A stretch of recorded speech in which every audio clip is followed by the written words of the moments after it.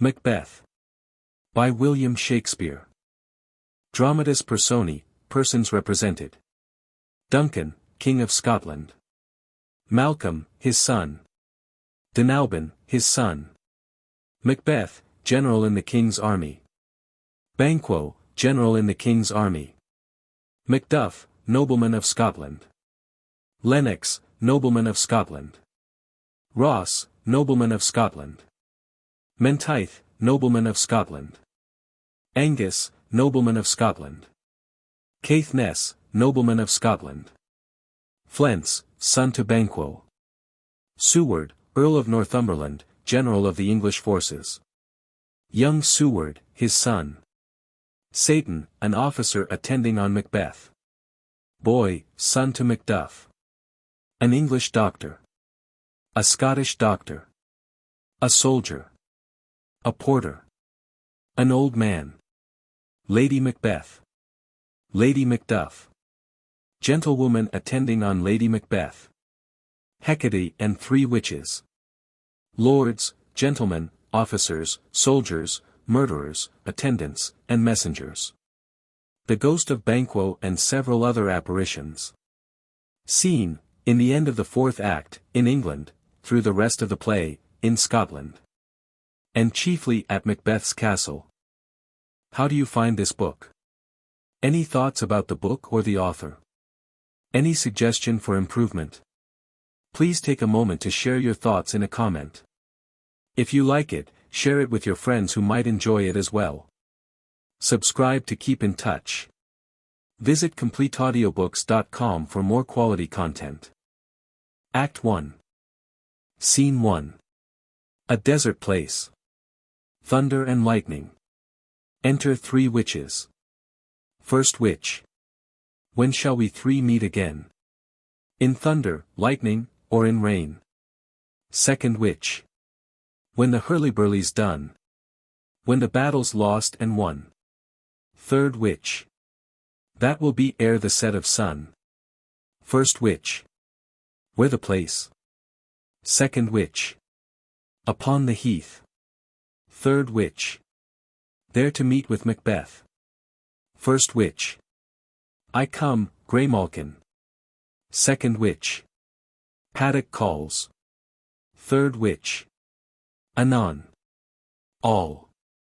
Fair is foul, and foul is fair. Hover through the fog and filthy air.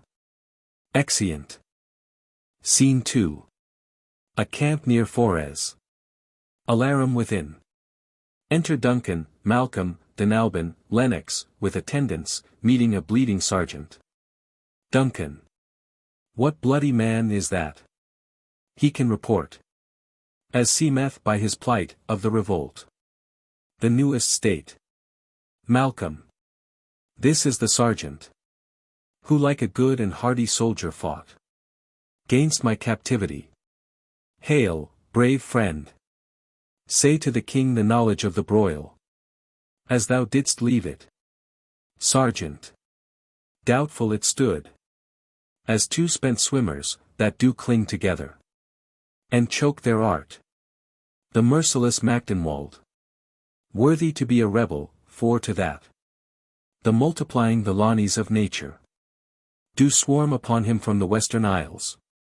Of kerns and gallowglasses is supplied. And fortune, on his damned quarrel smiling. Showed like a rebel's whore, but all's too weak. For brave Macbeth well he deserves that name. Disdaining fortune with his brandished steel. Which smoked with bloody execution. Like valor's minion carved out his passage. Till he faced the slave. Which ne'er shook hands, nor bade farewell to him. Till he unseamed him from the nave to the chaps. And fixed his head upon our battlements. Duncan. O valiant cousin. Worthy gentleman. Sergeant. As whence the sun gins his reflection. Shipwrecking storms and direful thunders break. So from that spring whence comfort seemed to come. Discomfort swells. Mark, King of Scotland, mark. No sooner justice had with valor armed. Compelled these skipping kerns to trust their heels. but the Norwegian lord surveying vantage, with furbished arms and new supplies of men, began a fresh assault. Duncan dismayed not this. Our captains, Macbeth and Banquo. Sergeant. Yes. As sparrows eagles, or the hare the lion. If I say sooth, I must report they were. As cannons overcharged with double cracks, so they doubly redoubled strokes upon the foe. Except they meant to bathe in reeking wounds, or memorize another Golgotha. I cannot tell.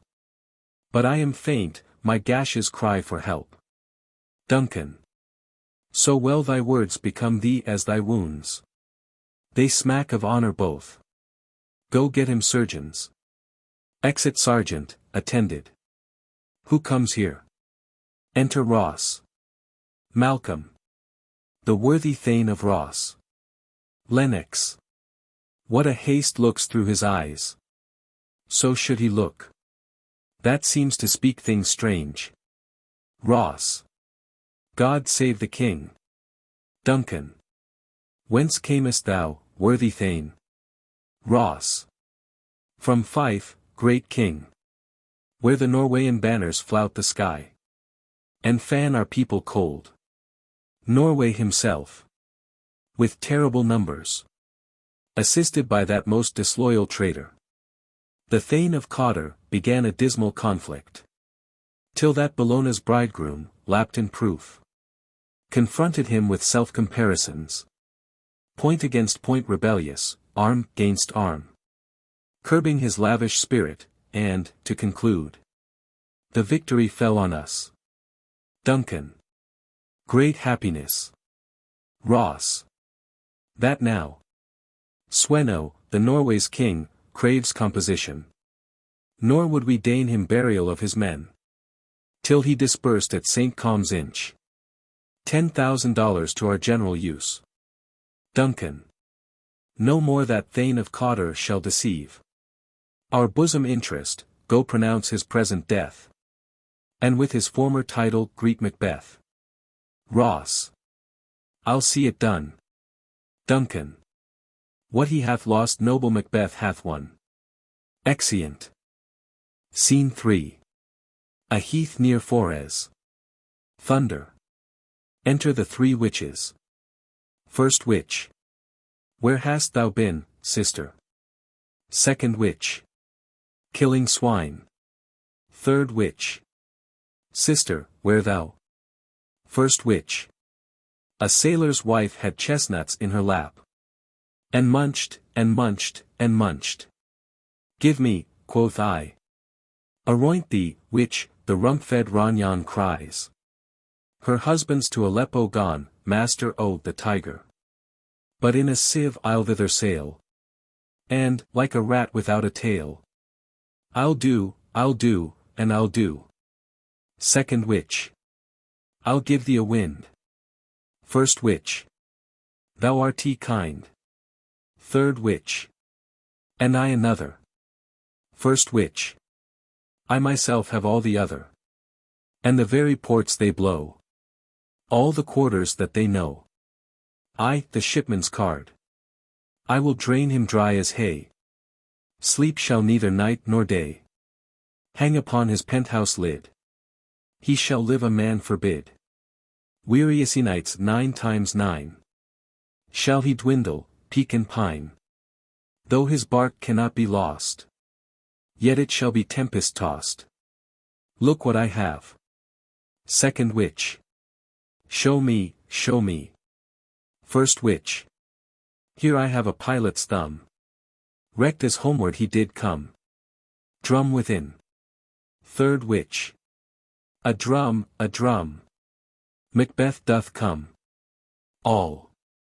The weird sisters, hand in hand. Posters of the sea and land. Thus do go about. Thrice to thine and thrice to mine. And thrice again, to make up 9. Peace. The charms wound up. Enter Macbeth and Banquo. Macbeth. So foul and fair a day I have not seen. Banquo. How far is't called to Forez? What are these? So withered and so wild in their attire, that look not like the inhabitants o' the earth. And yet are on't. Live you? Or are you aught? That man may question. You seem to understand me. By each at once her chappy finger laying upon her skinny lips, you should be women. And yet your beards forbid me to interpret that you are so. Macbeth. Speak, if you can, what are you? First witch. All hail, Macbeth. Hail to thee, thane of Glamis. Second witch. All hail, Macbeth, hail to thee, thane of Cawdor. Third witch. All hail, Macbeth, thou shalt be king hereafter. Banquo. Good sir, why do you start, and seem to fear things that do sound so fair?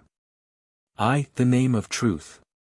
Are ye fantastical, or that indeed which outwardly ye show? My noble partner, you greet with present grace and great prediction of noble having and of royal hope. That he seems rapt withal, to me you speak not. If you can look into the seeds of time, and say which grain will grow and which will not, speak then to me, who neither beg nor fear your favors nor your hate. First witch. Hail. Second witch. Hail.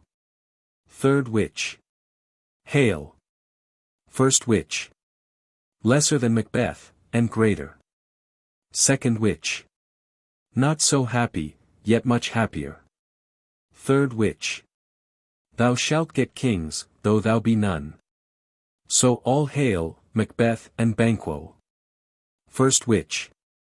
Banquo and Macbeth, all hail. Macbeth. Stay, you imperfect speakers, tell me more. By Sinel's death I know I am thane of Glamis. But how of Cawdor? The thane of Cawdor lives. A prosperous gentleman. And to be king stands not within the prospect of belief. No more than to be Cawdor.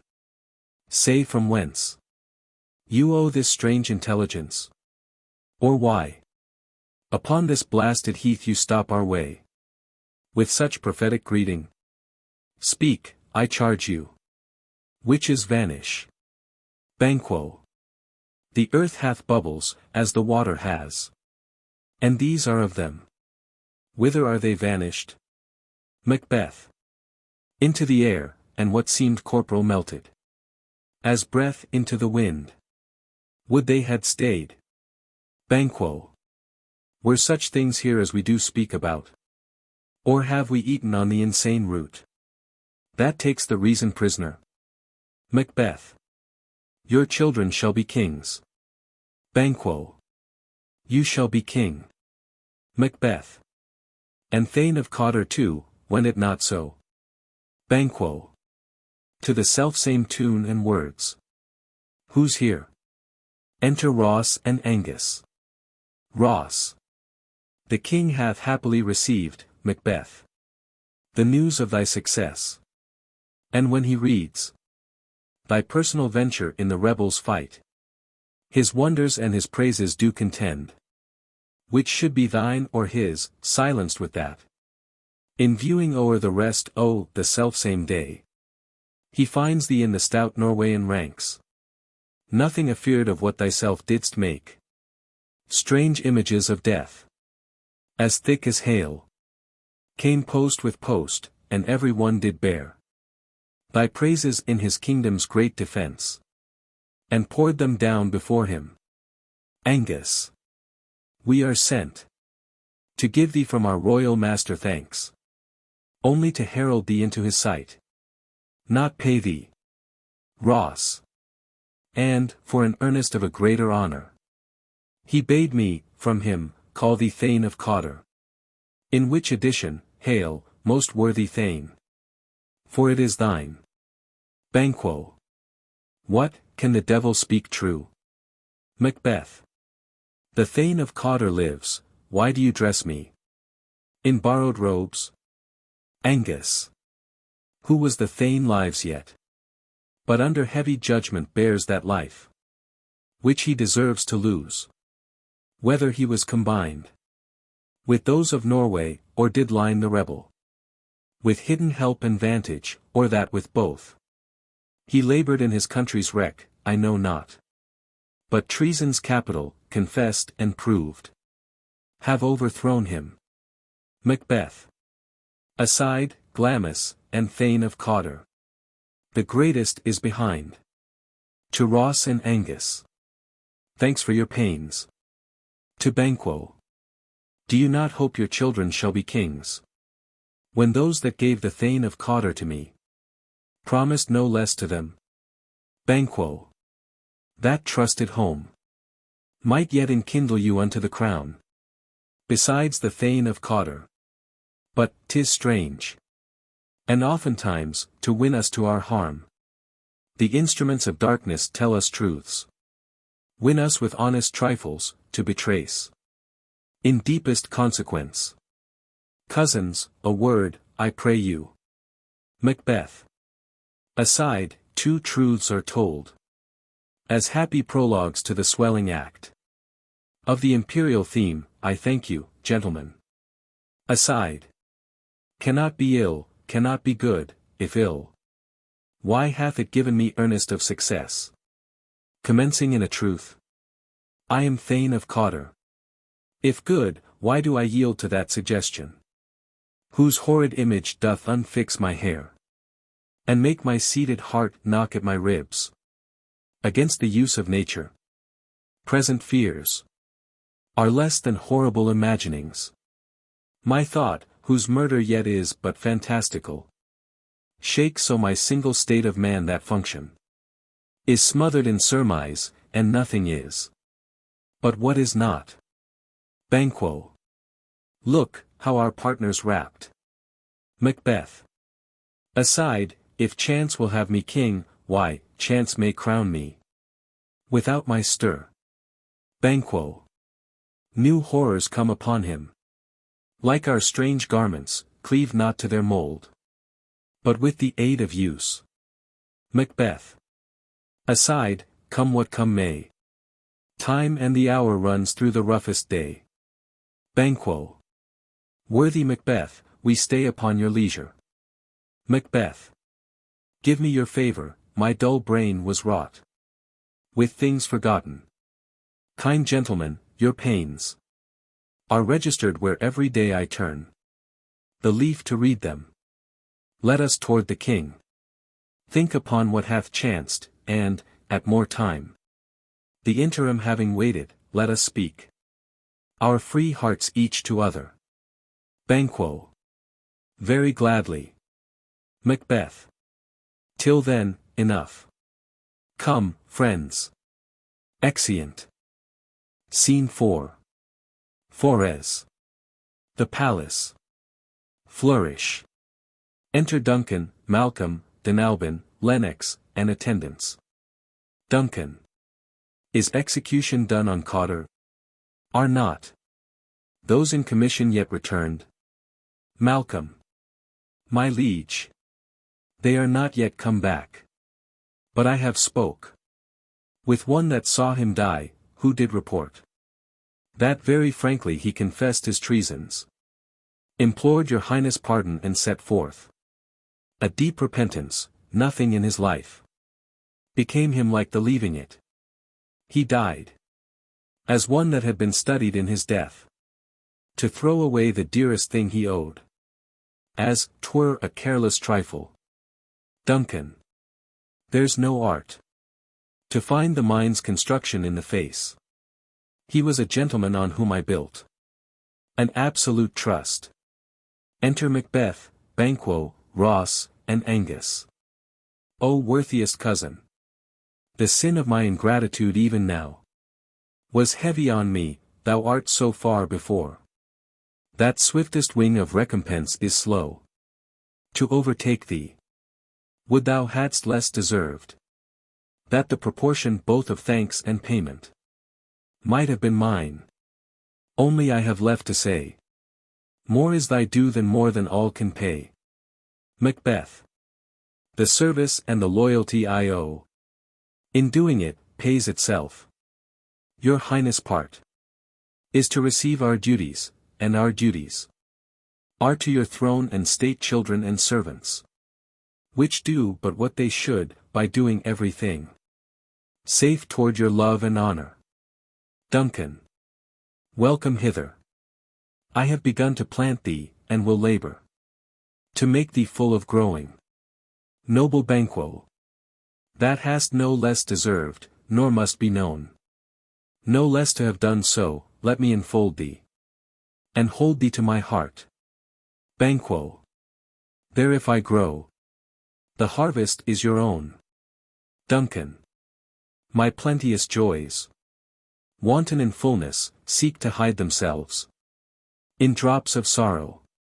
Sons, kinsmen, thanes, and you whose places are the nearest, know we will establish our estate upon our eldest, Malcolm, whom we name hereafter the Prince of Cumberland, which honor must not unaccompanied invest him only, but signs of nobleness, like stars, shall shine on all deservers from hence to Inverness, and bind us further to you. Macbeth, the rest is labor, which is not used for you. I'll be myself the harbinger and make joyful the hearing of my wife with your approach. So humbly take my leave. Duncan, my worthy Cawdor. Macbeth, aside, the Prince of Cumberland. That is a step on which I must fall down, or else o'erleap. For in my way it lies. Stars, hide your fires. Let not light see my black and deep desires. The eye wink at the hand, yet let that be which the eye fears, when it is done, to see. Exit. Duncan, true, worthy Banquo, he is full so valiant, and in his commendations I am fed. It is a banquet to me. Let's after him, whose care is gone before to bid us welcome. It is a peerless kinsman. Flourish. Exeunt. Scene 5. Inverness. Macbeth's castle. Enter Lady Macbeth, reading a letter. Lady Macbeth. They met me in the day of success, and I have learned by the perfectest report, they have more in them than mortal knowledge. When I burned in desire to question them further, they made themselves air, into which they vanished. Whiles I stood wrapped in the wonder of it, came missives from the king, who all hailed me Thane of Cawdor, by which title before, these weird sisters saluted me, and referred me to the coming on of time, with, Hail, King that shalt be. This have I thought good to deliver thee, my dearest partner of greatness, that thou mightst not lose the dues of rejoicing, by being ignorant of what greatness is promised thee. Lay it to thy heart, and farewell. Glamis thou art, and Cawdor, and shalt be what thou art promised, yet do I fear thy nature. It is too full the milk of human kindness. To catch the nearest way, thou wouldst be great. Art not without ambition, but without the illness should attend it, what thou wouldst highly, that wouldst thou holily. Wouldst not play false, and yet wouldst wrongly win, thou ldst have, great Glamis. That which cries, thus thou must do, if thou have it.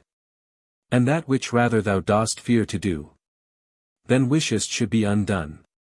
Hie thee hither, that I may pour my spirits in thine ear, and chastise with the valor of my tongue all that impedes thee from the golden round, which fate and metaphysical aid doth seem to have thee crowned withal.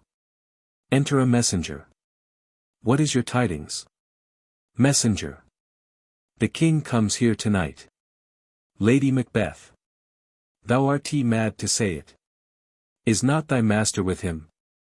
Who, were't so, would have informed for preparation. Messenger.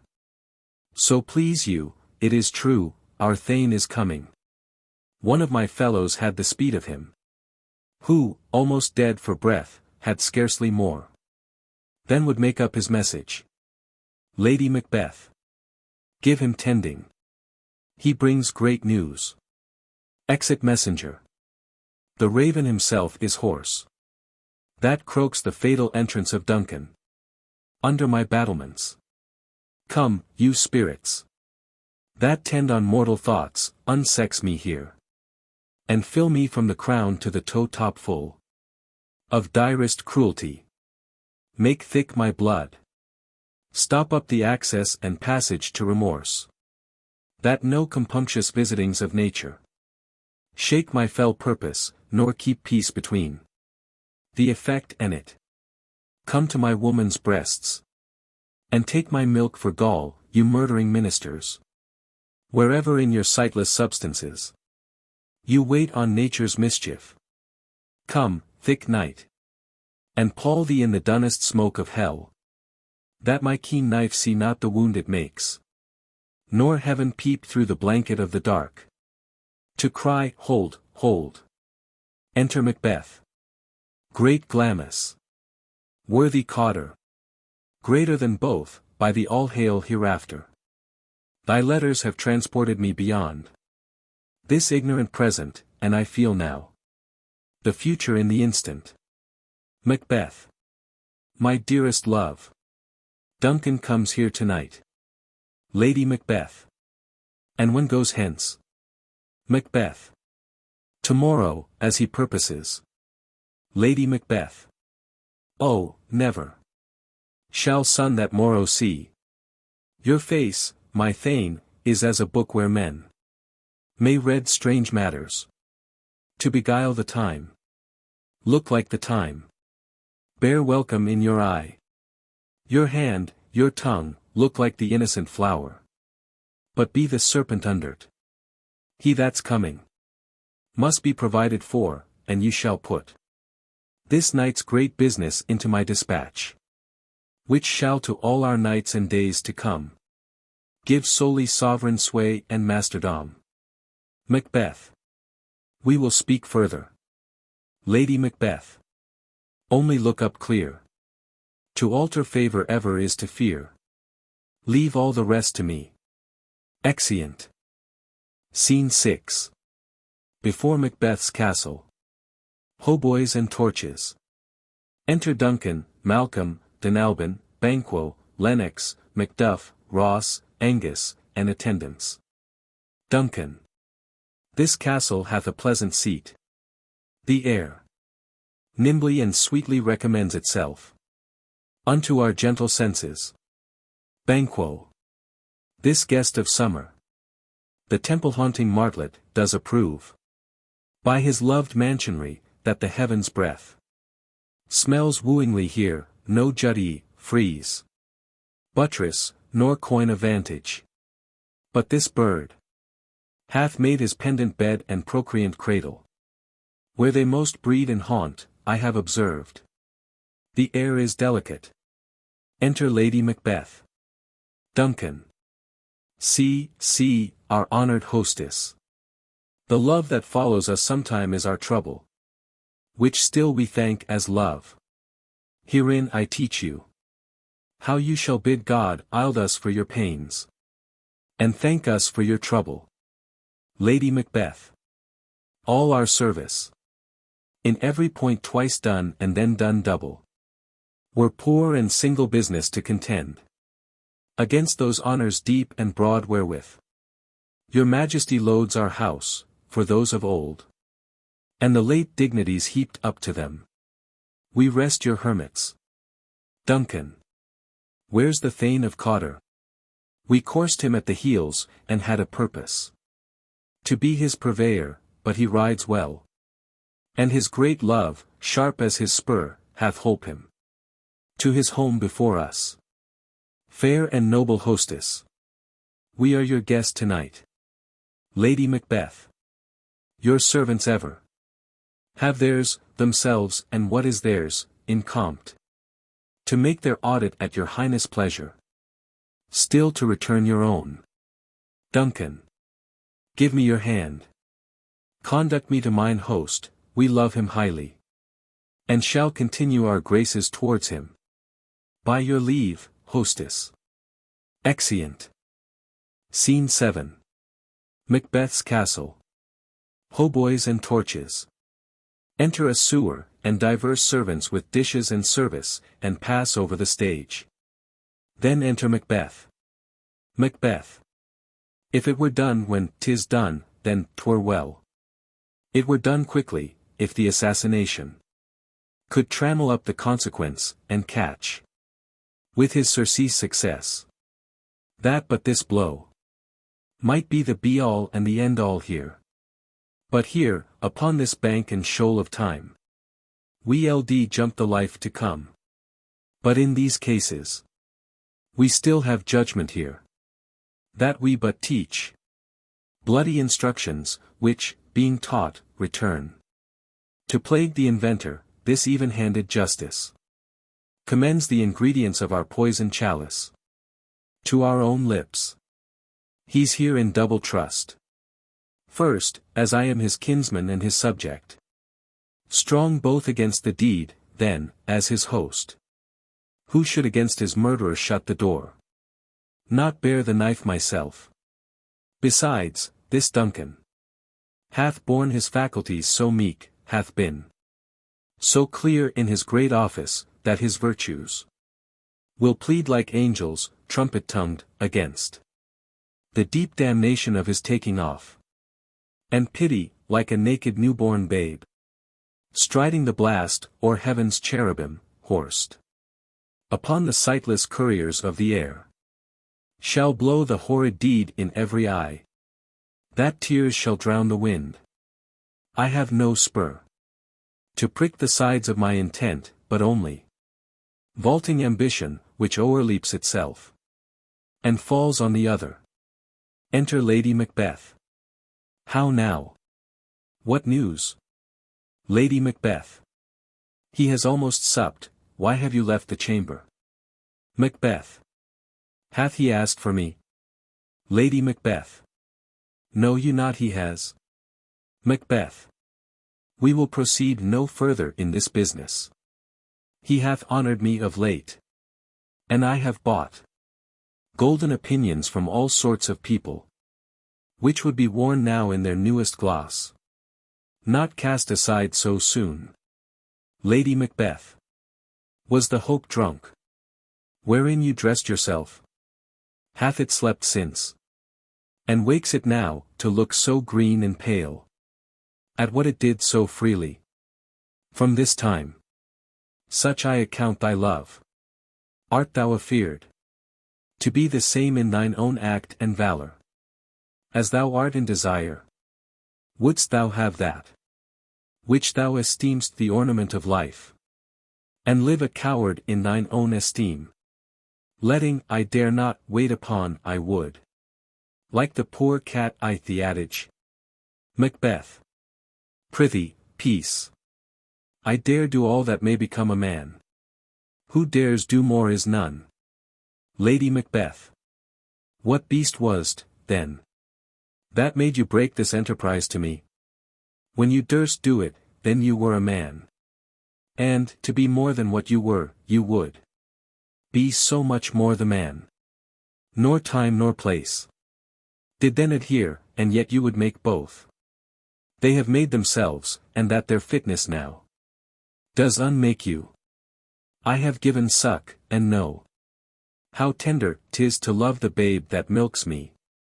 I would, while it was smiling in my face, have plucked my nipple from his boneless gums, and dashed the brains out, had I so sworn as you have done to this. Macbeth. If we should fail? Lady Macbeth. We fail. But screw your courage to the sticking place, and will not fail. When Duncan is asleep, whereto the rather shall his day's hard journey soundly invite him his 2 chamberlains. Will I with wine and wassail so convince that memory, the warder of the brain, shall be a fume and the receipt of reason. A limbeck only, when in swinish sleep. Their drenched natures lie as in a death. What cannot you and I perform upon the unguarded Duncan? What not put upon his spongy officers, who shall bear the guilt of our great quell? Macbeth. Bring forth men children only. For thy undaunted mettle should compose nothing but males. Will it not be received, when we have marked with blood those sleepy two of his own chamber and used their very daggers, that they have done? Lady Macbeth. Who dares receive it other? As we shall make our griefs and clamour roar upon his death. Macbeth. I am settled, and bend up each corporal agent to this terrible feat. Away, and mock the time with fairest show. False face must hide what the false heart doth know. Exeunt. Act 2. Scene 1. Court of Macbeth's castle. Enter Banquo, and Fleance bearing a torch before him. Banquo. How goes the night, boy? Fleance. The moon is down, I have not heard the clock. Banquo. And she goes down at 12. Fleance. I taked, 'tis later, sir. Banquo. Hold, take my sword. There's husbandry in heaven. Their candles are all out. Take thee that too. A heavy summons lies like lead upon me. And yet I would not sleep, merciful powers. Restrain in me the cursed thoughts that nature gives way to in repose.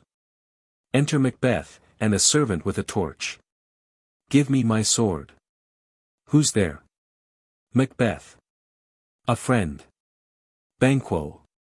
What, sir, not yet at rest? The king's a bed. He hath been in unusual pleasure, and sent forth great largesse to your offices. This diamond he greets your wife withal. By the name of most kind hostess, and shut up in measureless content. Macbeth. Being unprepared, our will became the servant to defect, which else should free have wrought. Banquo. All's well. I dreamt last night of the three weird sisters. To you they have showed some truth. Macbeth.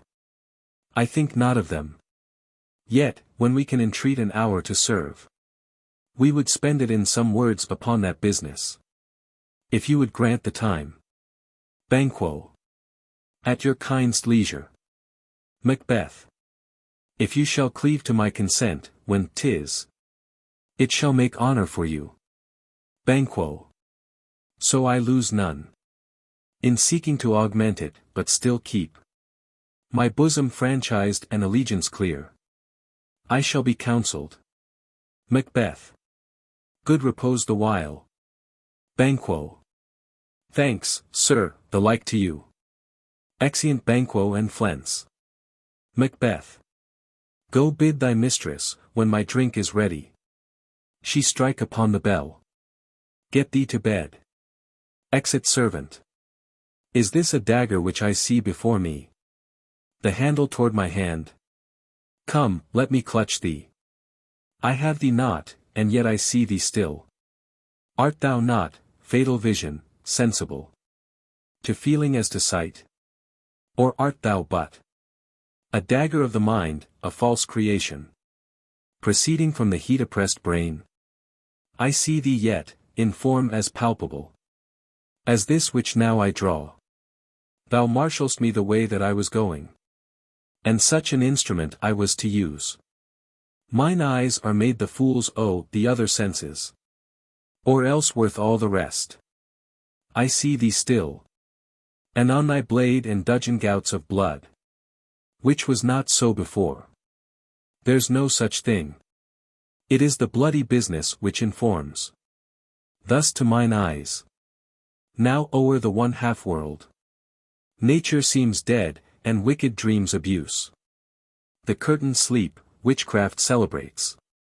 Pale Hecate's offerings, and withered murder. Alarumed by his sentinel, the wolf, Whose howls his watch, thus with his stealthy pace. With Tarquin's ravishing strides, towards his design. Moves like a ghost. Thou sure and firm set earth. Hear not my steps, which way they walk, for fear. Thy very stones prate of my whereabout. And take the present horror from the time. Which now suits with it. Whiles I threat, he lives. Words to the heat of deeds too cold breath gives. A bell rings. I go, and it is done, the bell invites me. Hear it not, Duncan, for it is a knell. That summons thee to heaven or to hell. Exit. Scene 2. The same. Enter Lady Macbeth. Lady Macbeth. That which hath made them drunk hath made me bold. What hath quenched them hath given me fire. Hark! Peace! It was the owl that shrieked, the fatal bellman. Which gives the sternst good night. He is about it.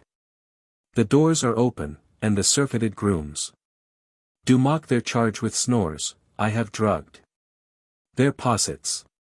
That death and nature do contend about them, whether they live or die. Macbeth. Within, who's there? What, ho! Lady Macbeth. Alack, I am afraid they have awaked. And 'tis not done. The attempt and not the deed confounds us. Hark! I laid their daggers ready. He could not miss M. Had he not resembled my father as he slept, I had done't. Enter Macbeth. My husband. Macbeth. I have done the deed. Didst thou not hear a noise? Lady Macbeth. I heard the owls scream and the crickets cry. Did not you speak? Macbeth. When? Lady Macbeth. Now. Macbeth. As I descended. Lady Macbeth. I. Macbeth. Hark! Who lies I the second chamber? Lady Macbeth. Donalbain. Macbeth. This is a sorry sight. Looking on his hands. Lady Macbeth. A foolish thought, to say a sorry sight. Macbeth. There's one did laugh in sleep, and one cried. Murder. That they did wake each other, I stood and heard them. But they did say their prayers, and addressed them again to sleep. Lady Macbeth. There are two lodged together. Macbeth. One cried, God bless us, and Amen the other. As they had seen me with these hangman's hands, listening their fear, I could not say Amen. When they did say, God bless us. Lady Macbeth. Consider it not so deeply. Macbeth. But wherefore could not I pronounce Amen? I had most need of blessing, and Amen stuck in my throat. Lady Macbeth. These deeds must not be thought after these ways, so, it will make us mad. Macbeth. Methought I heard a voice cry, sleep no more. Macbeth does murder sleep, the innocent sleep. Sleep that knits up the ravelled sleeve of care. The death of each day's life, sore labour's bath. Balm of hurt minds, great nature's second course. Chief nourisher in life's feast. Lady Macbeth. What do you mean? Macbeth. Still it cried, sleep no more, to all the house. Glamis hath murdered sleep, and therefore Cawdor shall sleep no more, Macbeth shall sleep no more. Lady Macbeth. Who was it that thus cried? Why, worthy thane, you do unbend your noble strength, to think so brain-sickly of things. Go get some water, and wash this filthy witness from your hand. Why did you bring these daggers from the place? They must lie there, go carry them. And smear the sleepy grooms with blood. Macbeth. I'll go no more. I am afraid to think what I have done. Look on't again I dare not. Lady Macbeth. Infirm of purpose. Give me the daggers, the sleeping and the dead. Are but as pictures, 'tis the eye of childhood. That fears a painted devil. If he do bleed, I'll gild the faces of the grooms withal. For it must seem their guilt. Exit. Knocking within. Macbeth. Whence is that knocking? How is't with me, when every noise appalls me? What hands are here? Ha! They pluck out mine eyes. Will all great Neptune's ocean wash this blood clean from my hand? No, this my hand will rather. The multitudinous seas in incarnadine, making the green one red. Re-enter Lady Macbeth. Lady Macbeth. My hands are of your color, but I shame to wear a heart so white. Knocking within. I hear a knocking. At the south entry, retire we to our chamber. A little water clears us of this deed. How easy is it, then? Your constancy hath left you unattended. Knocking within. Hark! More knocking. Get on your nightgown, lest occasion call us. And show us to be watchers. Be not lost so poorly in your thoughts. Macbeth. To know my deed, 'twere best not know myself. Knocking within. Wake Duncan with thy knocking. I would thou couldst. Exeunt. Scene 3. The same. Knocking within. Enter a porter. Porter. Here's a knocking indeed. If a man were porter of Hellgate, he should have old turning the key. Knocking within. Knock. Knock, knock. Who's there? I, the name of Beelzebub. Here's a farmer, that hanged himself on the expectation of plenty. Come in. Time, have napkins enow about you, here. You'll sweat for't. Knocking within. Knock. Knock. Who's there, in the other devils? Name. Faith, here's an equivocator, that could swear in both the scales against either scale. Who committed treason enough for God's sake, yet could not equivocate to heaven. Oh, come in, equivocator. Knocking within. Knock. Knock, knock. Who's there? Faith, here's an English tailor come hither, for stealing out of a French hose. Come in, tailor, here you may roast your goose. Knocking within. Knock. Knock, never at quiet. What are you? But this place is too cold for hell. I'll devil porter it no further. I had thought to have let in some of all professions that go the primrose way to the everlasting bonfire. Knocking within. Anon, anon. I pray you, remember the porter. Opens the gate. Enter Macduff and Lennox. Macduff. Was it so late, friend, ere you went to bed, that you do lie so late? Porter. Faith, sir, we were carousing till the second cock, and drink, sir, is a great provoker of 3 things. Macduff. What 3 things does drink especially provoke? Porter. Marry, sir, nose painting, sleep, and urine. Lechery, sir, it provokes, and unprovokes. It provokes the desire, but it takes away the performance. Therefore, much drink may be said to be an equivocator with lechery. It makes him, and it mars him. It sets him on, and it takes him off. It persuades him, and disheartens him. Makes him stand to, and not stand to. In conclusion, equivocates him in a sleep, and, giving him the lie, leaves him. Macduff. I believe drink gave thee the lie last night. Porter. That it did, sir. I, the very throat on me, but I requited him for his lie, and, I think, being too strong for him, though he took up my legs sometime, yet I made a shift to cast him. Macduff. Is thy master stirring? Enter Macbeth. Our knocking has awaked him, here he comes. Lennox. Good morrow, noble sir. Macbeth. Good morrow, both.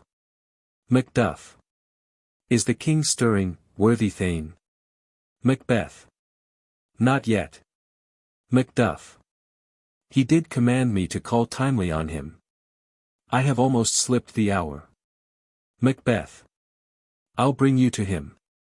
Macduff. I know this is a joyful trouble to you. But yet, 'tis one. Macbeth. The labor we delight in physics pain.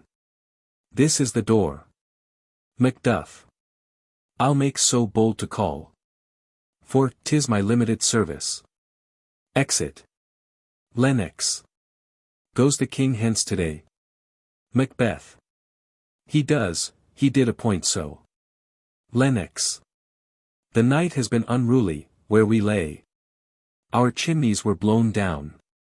And, as they say, lamentings heard I the air. Strange screams of death. And prophesying with accents terrible. Of dire combustion and confused events. New hatched to the woeful time, the obscure bird. Clamored the livelong night, some say, the earth was feverous and did shake. Macbeth. 'Twas a rough night. Lennox. My young remembrance cannot parallel a fellow to it. Re-enter Macduff. Macduff. O horror, horror, horror! Tongue nor heart cannot conceive nor name thee. Macbeth. Lennox. What's the matter? Macduff. Confusion now hath made his masterpiece. Most sacrilegious murder hath broke ope the Lord's anointed temple, and stole thence the life, oh, the building. Macbeth. What is, you say? The life? Lennox. Mean you his majesty? Macduff. Approach the chamber, and destroy your sight. With a new Gorgon, do not bid me speak. See, and then speak yourselves. Exeunt Macbeth and Lennox. Awake, awake. Ring the alarum bell. Murder and treason. Banquo and Donalbain. Malcolm. Awake. Shake off this downy sleep, death's counterfeit. And look on death itself. Up, up, and see the great doom's image. Malcolm. Banquo. As from your graves rise up, and walk like sprites. To countenance this horror. Ring the bell. Bell rings. Enter Lady Macbeth. Lady Macbeth. What's the business? That such a hideous trumpet calls to parley the sleepers of the house. Speak, speak. Macduff. O gentle lady! 'Tis not for you to hear what I can speak. The repetition, in a woman's ear, would murder as it fell. Enter Banquo. O Banquo, Banquo! Our royal master s murdered. Lady Macbeth. Woe, alas! What, in our house? Banquo. Too cruel anywhere. Dear Duff, I prithee, contradict thyself. And say it is not so. Re-enter Macbeth and Lennox, with Ross. Macbeth. Had I but died an hour before this chance, I had lived a blessed time. For, from this instant, there is nothing serious in mortality. All is but toys, renown and grace is dead. The wine of life is drawn, and the mere lees is left this vault to brag of. Enter Malcolm and Donalbain. Donalbain. What is amiss? Macbeth. You are, and do not note. The spring, the head, the fountain of your blood is stopped, the very source of it is stopped. Macduff. Your royal father s murdered. Malcolm. Oh, by whom? Lennox. Those of his chamber, as it seemed, had done tea. Their hands and faces were embadged with blood. So were their daggers, which unwiped we found upon their pillows. They stared, and were distracted. No man's life was to be trusted with them. Macbeth. Oh, yet I do repent me of my fury, that I did kill them. Macduff. Wherefore did you so? Macbeth. Who can be wise, amazed, temperate and furious, loyal and neutral, in a moment? No man. The expedition my violent love outrun the pauser, reason. Here lay Duncan, his silver skin laced with his golden blood, and his gashed stabs looked like a breach in nature. For ruin's wasteful entrance, there, the murderers, steeped in the colors of their trade, their daggers, unmannily breached with gore. Who could refrain? That had a heart to love, and in that heart, courage to make love no wn. Lady Macbeth. Help me hence, ho! Macduff. Look to the lady. Malcolm. Aside to Donalbain, why do we hold our tongues? That most may claim this argument for ours. Donalbain. Aside to Malcolm, what should be spoken here? Where our fate, hid in an auger hole, may rush, and seize us. Let us away.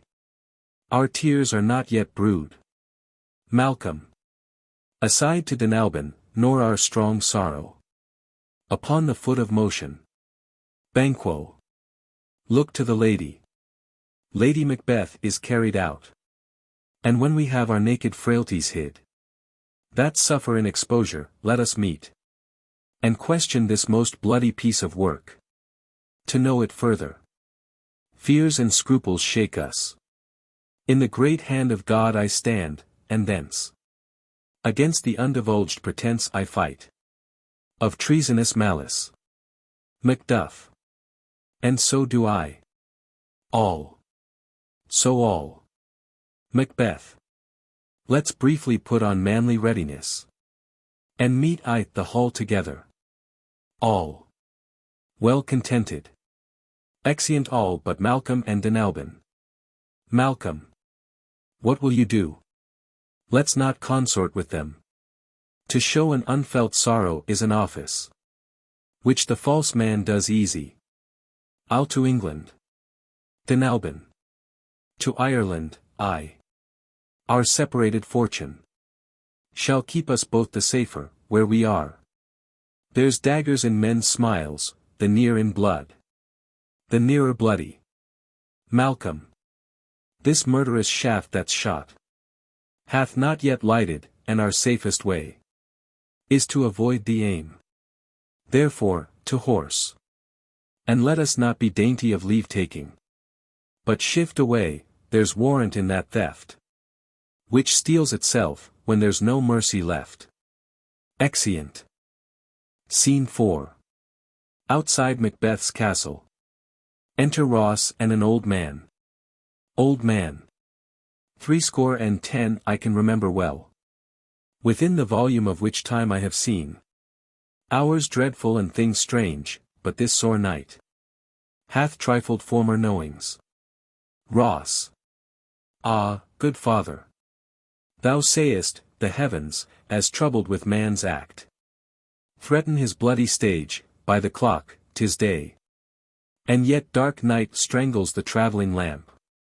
Is't night's predominance, or the day's shame, that darkness does the face of earth entomb, when living light should kiss it? Old man. 'Tis unnatural, even like the deed that's done on Tuesday last. A falcon, towering in her pride of place, was by a mousing owl hawked at and killed. Ross. And Duncan's horse is a thing most strange and certain. Beauteous and swift, the minions of their race, turned wild in nature, broke their stalls, flung out, contending 'gainst obedience, as they would make war with mankind. Old man. 'Tis said they eat each other. Ross. They did so, to the amazement of mine eyes. That looked upon't. Here comes the good Macduff. Enter Macduff. How goes the world, sir, now? Macduff. Why, see you not? Ross. Is't known who did this more than bloody deed? Macduff. Those that Macbeth hath slain. Ross. Alas, the day. What good could they pretend? Macduff. They were suborned. Malcolm and Donalbain, the king's 2 sons, are stolen away and fled. Which puts upon them suspicion of the deed. Ross. Gainst nature still. Thriftless ambition, that wilt raven up thine own life's means. Then, 'tis most like the sovereignty will fall upon Macbeth. Macduff. He is already named, and gone to Scone, to be invested. Ross. Where is Duncan's body? Macduff. Carried to Colmkill, the sacred storehouse of his predecessors, and guardian of their bones. Ross. Will you to Scone? Macduff. No, cousin, I'll to Fife. Ross. Well, I will thither. Macduff. Well, may you see things well done there, adieu. Lest our old robes sit easier than our new. Ross. Farewell, father. Old man. God's benison go with you. And with those that would make good of bad, and friends of foes. Exeunt. Act 3. Scene 1. Forres. The palace. Enter Banquo. Banquo. Thou hast it now, King, Cawdor, Glamis, all. As the weird women promised, and, I fear, thou playdst most foully for't, yet it was said, it should not stand in thy posterity, but that myself should be the root and father of many kings, if there come truth from them. As upon thee, Macbeth, their speeches shine. Why, by the verities on thee made good. May they not be my oracles as well, and set me up in hope? But hush! No more. Senate sounded. Enter Macbeth, as king, Lady Macbeth, as queen, Lennox, Ross, lords, ladies, and attendants. Macbeth. Here's our chief guest. Lady Macbeth. If he had been forgotten, it had been as a gap in our great feast, and all thing unbecoming. Macbeth. Tonight we hold a solemn supper, sir, and I'll request your presence. Banquo. Let your highness command upon me, to the which my duties are with a most indissoluble tie, forever knit. Macbeth. Ride you this afternoon? Banquo. Ay, my good lord. Macbeth. We should have else desired your good advice, which still hath been both grave and prosperous, in this day's council, but will take tomorrow. Is't far you ride? Banquo. As far, my lord, as will fill up the time. Twixt this and supper, go not my horse the better. I must become a borrower of the night, for a dark hour or twain. Macbeth. Fail not our feast. Banquo. My lord, I will not. Macbeth.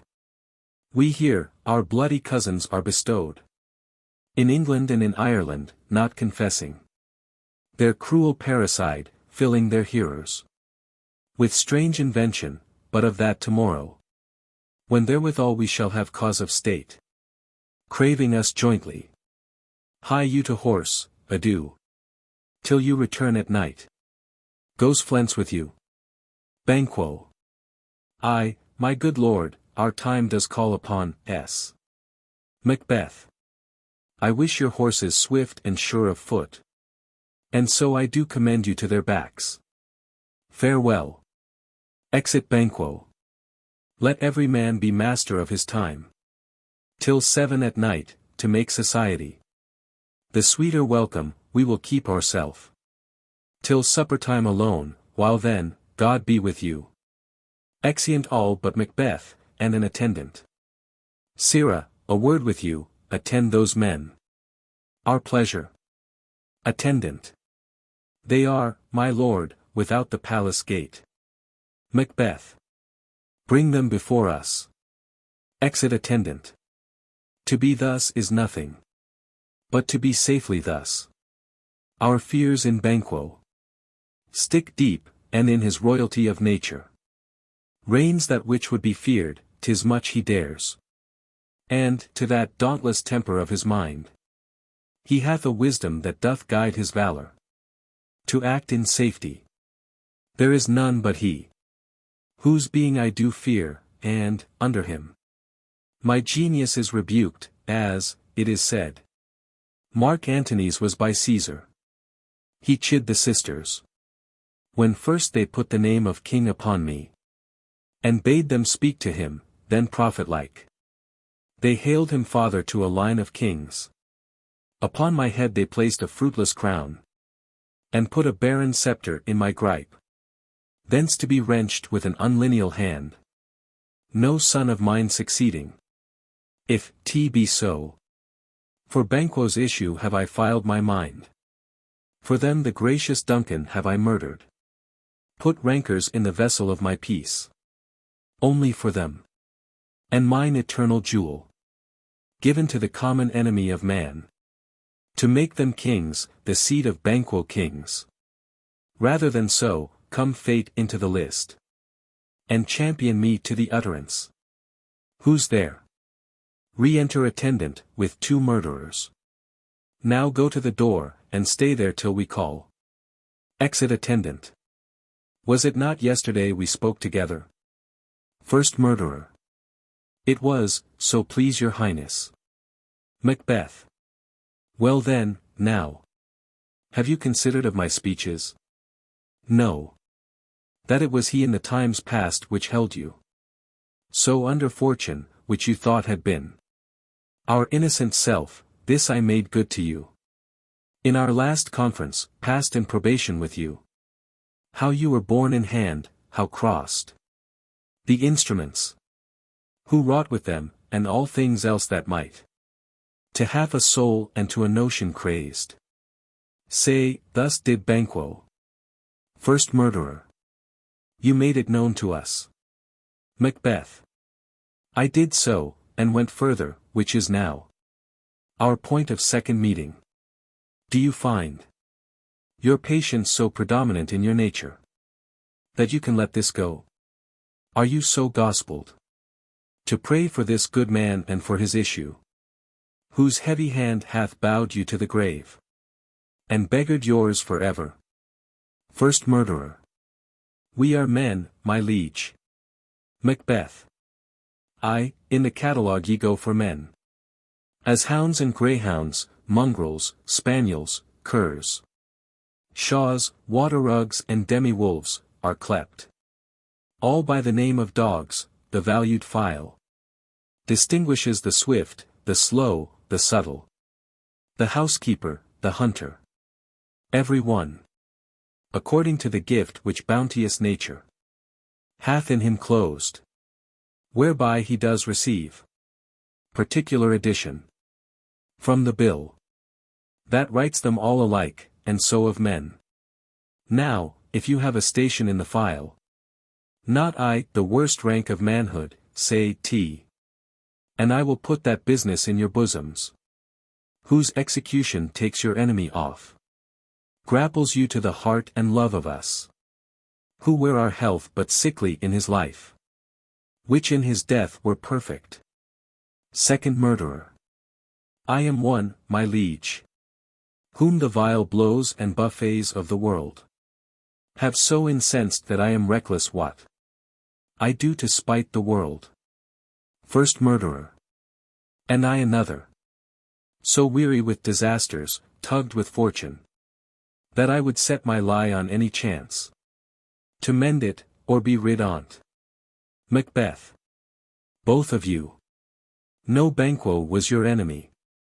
Both murderers. True, my lord. Macbeth.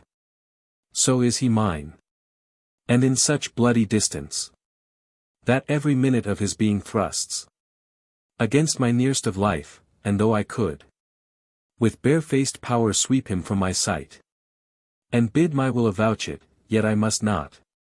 For certain friends that are both his and mine, whose loves I may not drop, but wail his fall, who I myself struck down. And thence it is that I to your assistance do make love, masking the business from the common eye, for sundry weighty reasons. Second murderer.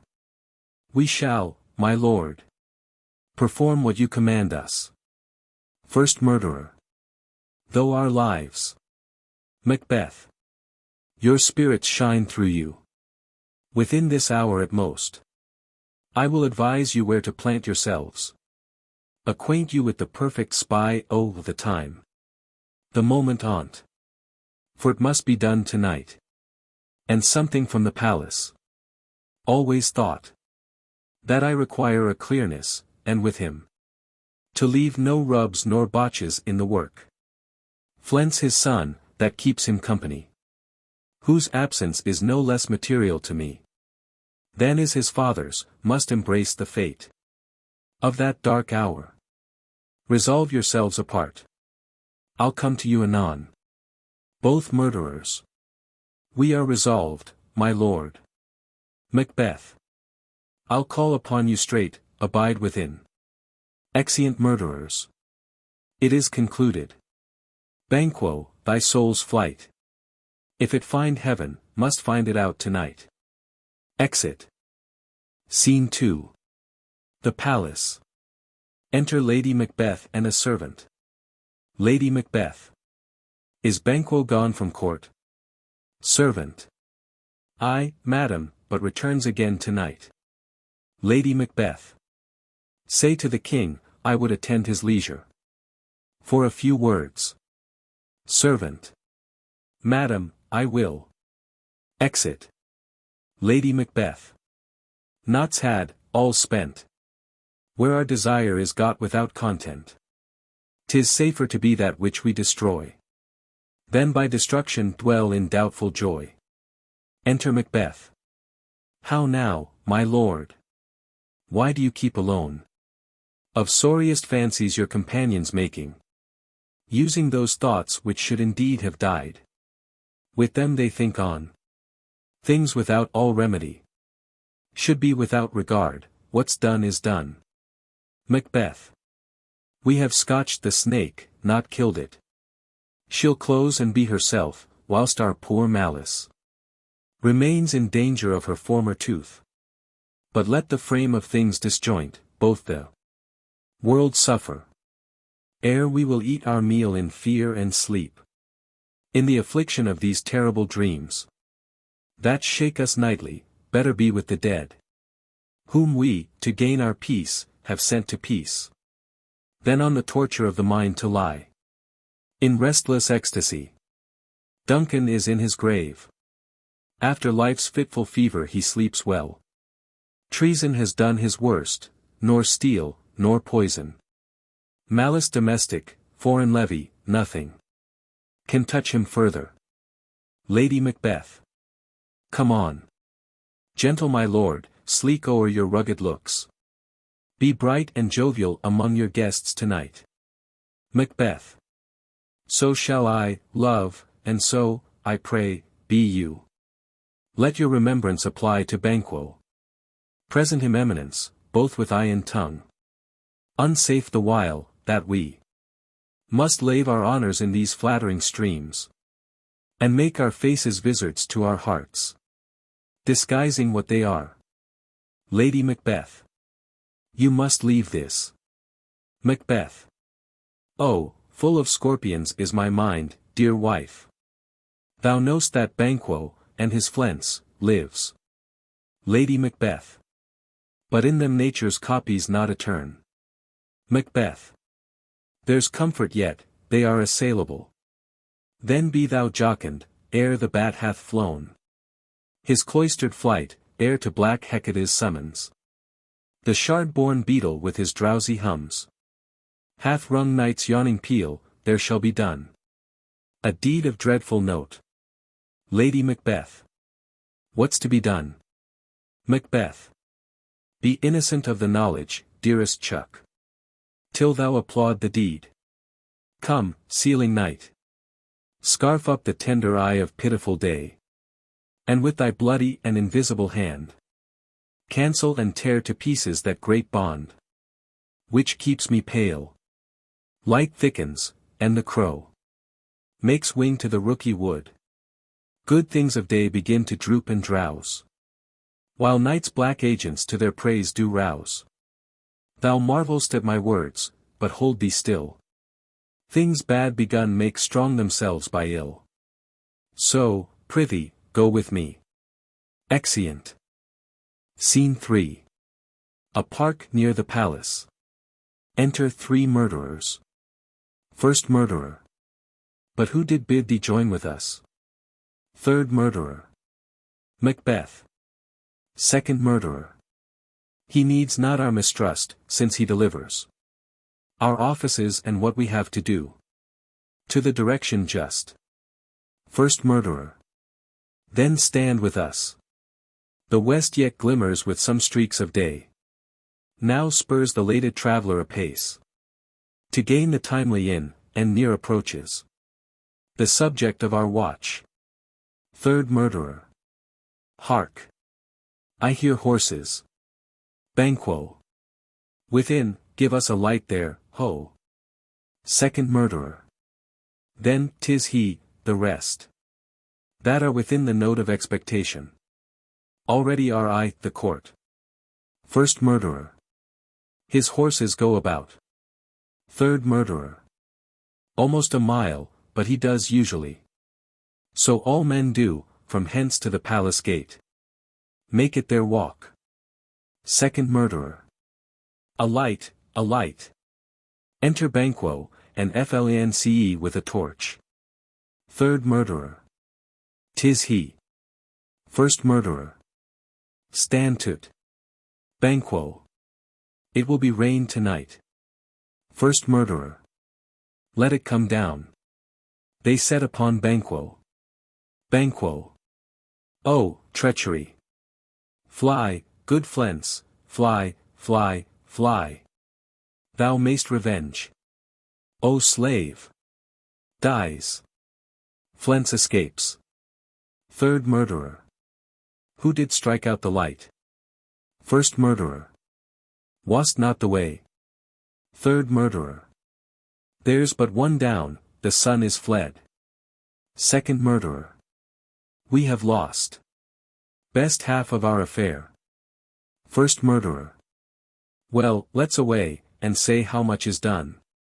Exeunt. Scene 4. The same hall in the palace. A banquet prepared. Enter Macbeth, Lady Macbeth, Ross, Lennox, lords, and attendants.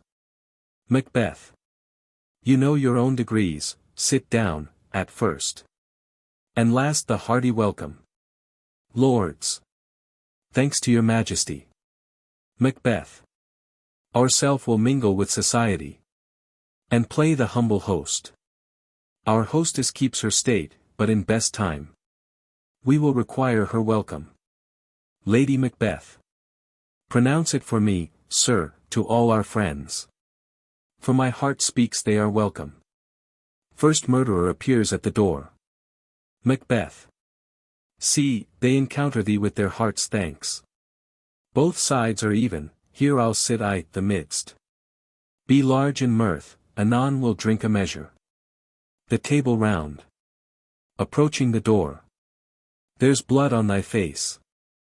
First murderer. 'Tis Banquo's then. Macbeth. 'Tis better thee without than he within.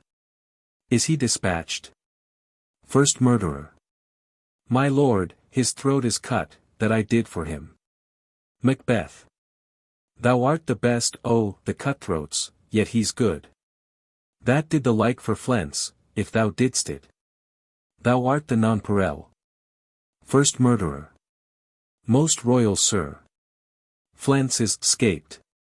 Macbeth. Then comes my fit again, I had else been perfect. Whole as the marble, founded as the rock. As broad and general as the casing air. But now I am cabined, cribbed, confined, bound in. To saucy doubts and fears. But Banquo's safe. First murderer. Ay, my good lord, safe in a ditch he bides. With 20 trenched gashes on his head. The least a death to nature. Macbeth. Thanks for that. There the grown serpent lies. The worm that's fled. Hath nature that in time will venom breed. No teeth for the present. Get thee gone, tomorrow. We'll hear, ourselves, again. Exit murderer. Lady Macbeth. My royal lord. You do not give the cheer, the feast is sold. That is not often vouched, while 'tis a making. 'Tis given with welcome, to feed were best at home. From thence the sauce to meat is ceremony. Meeting were bare without it. Macbeth. Sweet remembrancer. Now, good digestion wait on appetite. And health on both. Lennox. May't please your highness sit. The ghost of Banquo enters, and sits in Macbeth's place. Macbeth. Here had we now our country's honour roofed. Were the graced person of our Banquo present. Who may I rather challenge for unkindness than pity for mischance? Ross. His absence, sir, lays blame upon his promise. Pleased your highness to grace us with your royal company. Macbeth. The table's full. Lennox. Here is a place reserved, sir. Macbeth. Where? Lennox. Here, my good lord. What is that moves your highness? Macbeth. Which of you have done this?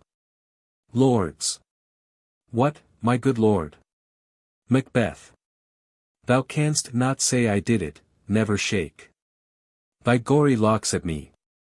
Ross. Gentlemen, rise, his highness is not well. Lady Macbeth. Sit, worthy friends, my lord is often thus. And hath been from his youth, pray you, keep seat. The fit is momentary. Upon a thought. He will again be well, if much you note him. You shall offend him and extend his passion. Feed, and regard him not. Are you a man? Macbeth. I, and a bold one, that dare look on that which might appall the devil. Lady Macbeth.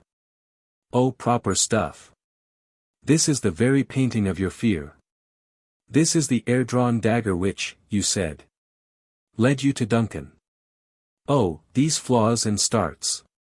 Impostors to true fear, would well become.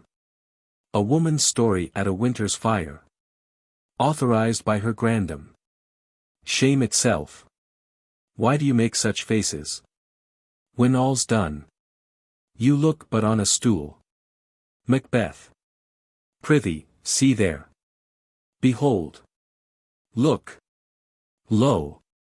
How say you? Why, what care I? If thou canst nod, speak too. If charnel houses and our graves must send, those that we bury back, our monuments, shall be the maws of kites. Ghost of Banquo vanishes. Lady Macbeth. What, quite unmanned in folly? Macbeth. If I stand here, I saw him. Lady Macbeth. Fie, for shame. Macbeth. Blood hath been shed ere now, aye, the olden time. Ere human statute purged the gentle wheel. Aye, and since too, murders have been performed. Too terrible for the year, the times have been. That, when the brains were out, the man would die. And there an end. But now they rise again. With 20 mortal murders on their crowns. And push us from our stools, this is more strange than such a murder is. Lady Macbeth. My worthy lord. Your noble friends do lack you. Macbeth. I do forget. Do not muse at me, my most worthy friends. I have a strange infirmity, which is nothing to those that know me. Come, love and health to all. Then I'll sit down. Give me some wine, fill full. I drink to the general joy, oh, the whole table. And to our dear friend Banquo, whom we miss. Would he were here. To all, and him, we thirst. And all to all. Lords. Our duties, and the pledge. Re-enter Ghost of Banquo. Macbeth. Avaunt. And quit my sight. Let the earth hide thee. Thy bones are marrowless, thy blood is cold. Thou hast no speculation in those eyes, which thou dost glare with. Lady Macbeth. Think of this, good peers. But as a thing of custom, 'tis no other. Only it spoils the pleasure of the time. Macbeth. What man dare, I dare. Approach thou like the rugged Russian bear, the armed rhinoceros, or the Hyrcan tiger. Take any shape but that, and my firm nerves shall never tremble, or be alive again. And dare me to the desert with thy sword. If trembling I inhabit then, protest me. The baby of a girl. Hence, horrible shadow. Unreal mockery, hence. Ghost of Banquo vanishes. Why, so, being gone, I am a man again. Pray you, sit still. Lady Macbeth. You have displaced the mirth, broke the good meeting. With most admired disorder. Macbeth. Can such things be? And overcome us like a summer's cloud? Without our special wonder. You make me strange. Even to the disposition that I owe. When now I think you can behold such sights. And keep the natural ruby of your cheeks. When mine is blanched with fear. Ross. What sights, my lord? Lady Macbeth. I pray you, speak not. He grows worse and worse. Question enrages him. At once, good night.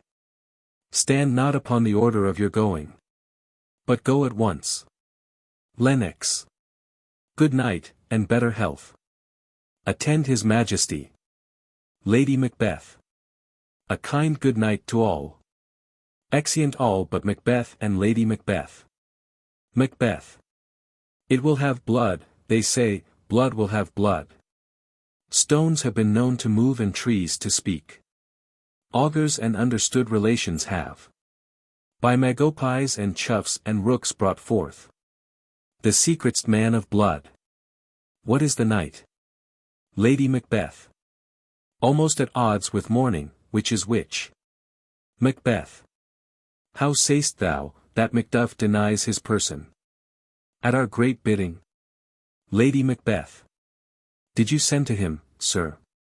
Macbeth. I hear it by the way, but I will send. There's not a one of them but in his house. I keep a servant feed. I will tomorrow. And betimes I will, to the weird sisters. More shall they speak, for now I am bent to know. By the worst means, the worst. For mine own good. All causes shall give way, I am in blood. Stepped in so far that, should I wade no more. Returning were as tedious as go o'er. Strange things I have in head, that will to hand. Which must be acted ere they may be scanned. Lady Macbeth.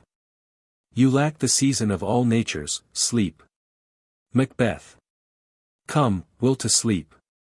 My strange and self-abuse is the initiate fear that wants hard use. We are yet but young indeed. Exeunt. Scene 5. A heath. Thunder. Enter the three witches meeting Hecate. First witch. Why, how now, Hecate? You look angrily. Hecate. Have I not reason, beldams as you are? Saucy and overbold. how did you dare to trade and traffic with Macbeth in riddles and affairs of death?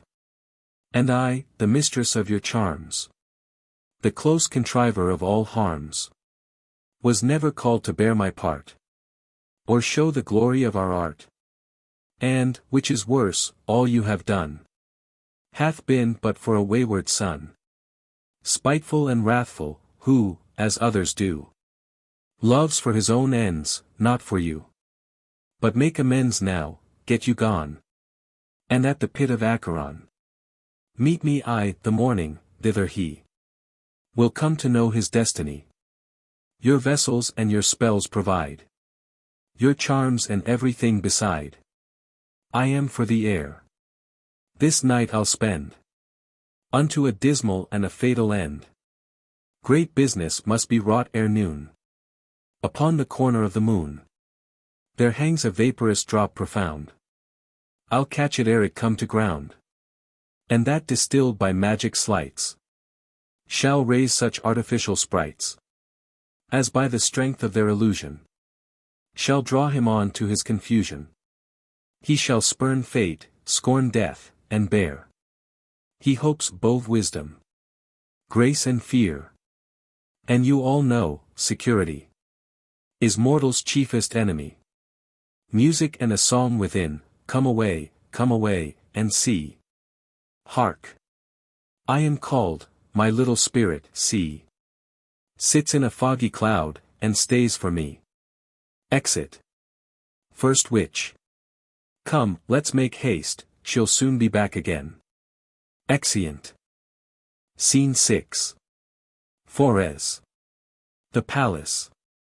Enter Lennox and another lord. Lennox. My former speeches have but hit your thoughts, which can interpret further, only, I say, things have been strangely born.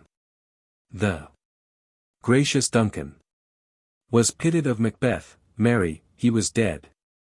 And the right valiant Banquo walked too late, whom, you may say, if't please you, Fleance killed. For Fleance fled, men must not walk too late. Who cannot want the thought how monstrous it was for Malcolm and for Donalbain to kill their gracious father? Damned fact! How it did grieve Macbeth! Did he not straight in pious rage the two delinquents tear, that were the slaves of drink and thralls of sleep? Was not that nobly done? Aye, and wisely too.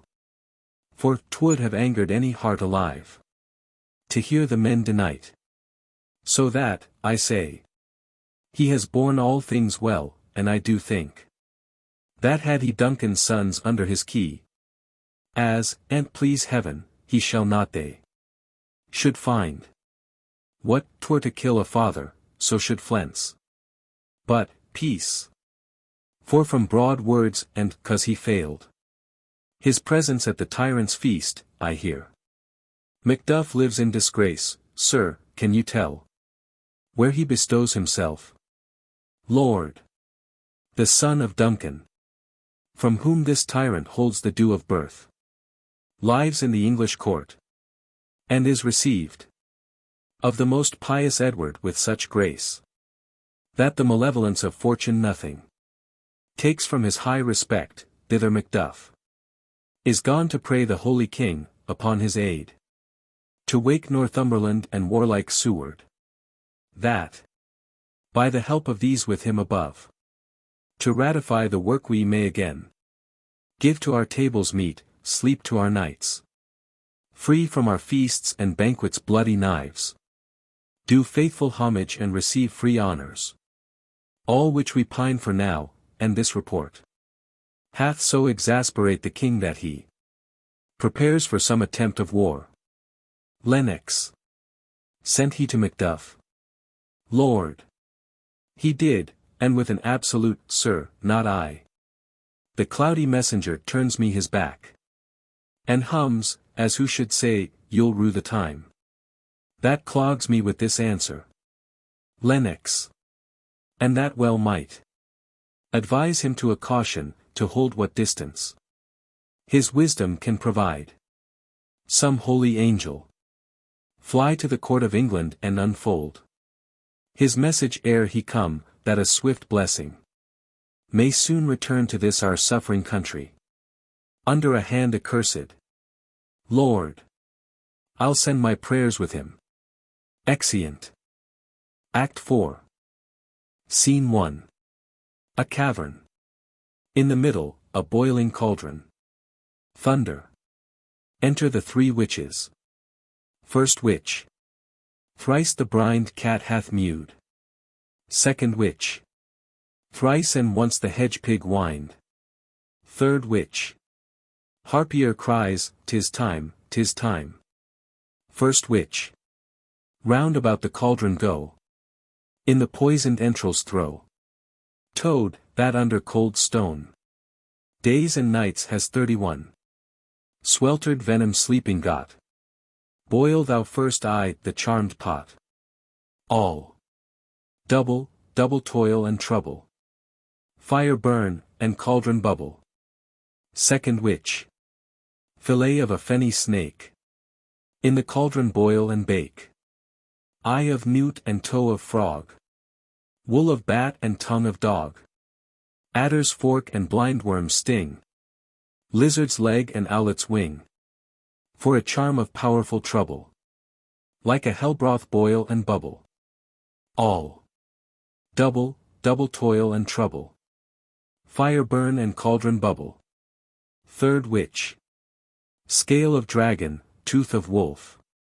Witch's mummy, maw and gulf. Of the ravened salt sea shark. Root of hemlock digged the dark. Liver of blaspheming Jew. Gall of goat, and slips of yew. Silvered in the moon's eclipse. Nose of Turk and Tartar's lips. Finger of birth-strangled babe. Ditch delivered by a drab. Make the gruel thick and slab. Add thereto a tiger's chaudron. For the ingredients of our cauldron. All. Double, double toil and trouble. Fire burn and cauldron bubble. Second witch. Cool it with a baboon's blood. Then the charm is firm and good. Enter Hecate to the other 3 witches. Hecate. Oh, well done. I commend your pains. And every one shall share the gains. And now about the cauldron sing. Live elves and fairies in a ring. Enchanting all that you put in. Music and a song, black spirits, and sea. Hecate retires. Second witch. By the pricking of my thumbs. Something wicked this way comes. Open, locks. Whoever knocks. Enter Macbeth. Macbeth. How now, you secret, black, and midnight hags? What is't you do? All. A deed without a name. Macbeth. I conjure you, by that which you profess. How will you come to know it, answer me. Though you untie the winds and let them fight. Against the churches. Though the yesty waves confound and swallow navigation up. Though bladed corn be lodged and trees blown down. Though castles topple on their warders' heads. Though palaces and pyramids do slope their heads to their foundations. Though the treasure of nature's germans tumble all together. Even till destruction sicken, answer me. To what I ask you. First witch. Speak. Second witch. Demand. Third witch. We'll answer. First witch. Say, if thou dst rather hear it from our mouths. Or from our masters. Macbeth. Call, let me see, First witch. Pour in sow's blood, that hath eaten her 9 Pharaoh. Grease that sweatin'. From the murderer's gibbet throw. Into the flame. All. Come, high or low. Thyself an office deftly show. Thunder. First apparition, an armed head. Macbeth. Tell me, thou unknown power. First witch. He knows thy thought. Hear his speech, but say thou not. First apparition. Macbeth. Macbeth. Macbeth. Beware Macduff. Beware the thane of Fife. Dismiss me. Enough. Descends. Macbeth. Whatever thou art, for thy good caution, thanks. Thou hast harped my fear aright, but one word more. First witch. He will not be commanded, here's another. More potent than the first. Thunder. Second apparition, a bloody child. Second apparition. Macbeth. Macbeth. Macbeth. Macbeth. Had I 3 years, I'ld hear thee. Second apparition. Be bloody, bold, and resolute. Laugh to scorn. The power of man, for none of woman born, shall harm Macbeth. Descends. Macbeth. Then live, Macduff, what need I fear of thee? But yet I'll make assurance double sure. And take a bond of fate, thou shalt not live. That I may tell pale-hearted fear it lies. And sleep in spite of thunder. Thunder. Third apparition, a child crowned, with a tree in his hand. What is this? That rises like the issue of a king. And wears upon his baby brow the round and top of sovereignty. All listen, but speak not to't. Third apparition. Be lion-mettled, proud. And take no care. Who chafes, who frets, or where conspirers are. Macbeth shall never vanquished be until great Burnham wood to high Dunsinane hill shall come against him. Descends. Macbeth. That will never be. Who can impress the forest, bid the tree unfix his earthbound root? Sweet bodements. Good. Rebellion's head, rise never till the wood of Burnham rise, and our high-placed Macbeth shall live the lease of nature, pay his breath to time and mortal custom. Yet my heart throbs to know one thing, tell me, if your art can tell so much, shall Banquo's issue ever reign in this kingdom? All seek to know no more. Macbeth. I will be satisfied, deny me this. And an eternal curse fall on you. Let me know. Why sinks that cauldron? And what noise is this? Hautboys. First witch. Show. Second witch. Show. Third witch. Show. All. Show his eyes, and grieve his heart. Come like shadows, so depart. A show of 8 kings, the last with a glass in his hand, ghost of Banquo following. Macbeth. Thou art too like the spirit of Banquo, down. Thy crown does sear mine eyeballs. And thy hair. Thou other gold-bound brow, is like the first. A third is like the former. Filthy hags. Why do you show me this? A fourth. Start, eyes. What, will the line stretch out to the crack of doom? Another yet. A seventh. I'll see no more. And yet the 8th appears, who bears a glass. Which shows me many more, and some I see. That twofold balls and treble scepters carry. Horrible sight. Now, I see, 'tis true. For the blood-boltered Banquo smiles upon me. And points at them for his apparitions vanish. What, is this so? First witch. Aye, sir, all this is so, but why? Stands Macbeth thus amazedly. Come, sisters, cheer we up his sprites. And show the best of our delights. I'll charm the air to give a sound, while you perform your antic round. That this great king may kindly say, our duties did his welcome pay. Music. The witches dance and then vanish, with Hecate. Macbeth. Where are they? Gone. Let this pernicious hour Stand I accursed in the calendar. Come in, without there. Enter Lennox. Lennox. What's your grace's will? Macbeth. Saw you the weird sisters? Lennox. No, my lord. Macbeth. Came they not by you? Lennox. No, indeed, my lord. Macbeth. Infected be the air whereon they ride. And damned all those that trust them. I did hear the galloping of horse, who was't came by. Lennox. 'Tis 2 or 3, my lord, that bring you word. Macduff is fled to England. Macbeth. Fled to England. Lennox. Ay, my good lord. Macbeth. Time, thou anticipatest my dread exploits. The flighty purpose never is o'ertook. Unless the deed go with it, from this moment. The very firstlings of my heart shall be. The firstlings of my hand. And even now. To crown my thoughts with acts, be it thought and done. The castle of Macduff I will surprise. Seize upon Fife, give to the edge the sword. His wife, his babes, and all unfortunate souls that trace him in his line.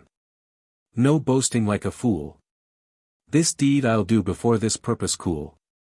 But no more sights, where are these gentlemen? Come, bring me where they are. Exeunt. Scene 2. Fife. Macduff's castle. Enter Lady Macduff, her son, and Ross. Lady Macduff. What had he done, to make him fly the land? Ross. You must have patience, madam. Lady Macduff. He had none. His flight was madness, when our actions do not. Our fears do make us traitors. Ross. You know not whether it was his wisdom or his fear. Lady Macduff. Wisdom. To leave his wife, to leave his babes. His mansion and his titles in a place from whence himself does fly. He loves us not. He wants the natural touch, for the poor wren, the most diminutive of birds, will fight her young ones in her nest, against the owl. All is the fear, nothing is the love. As little is the wisdom, where the flight so runs against all reason. Ross. My dearest coz.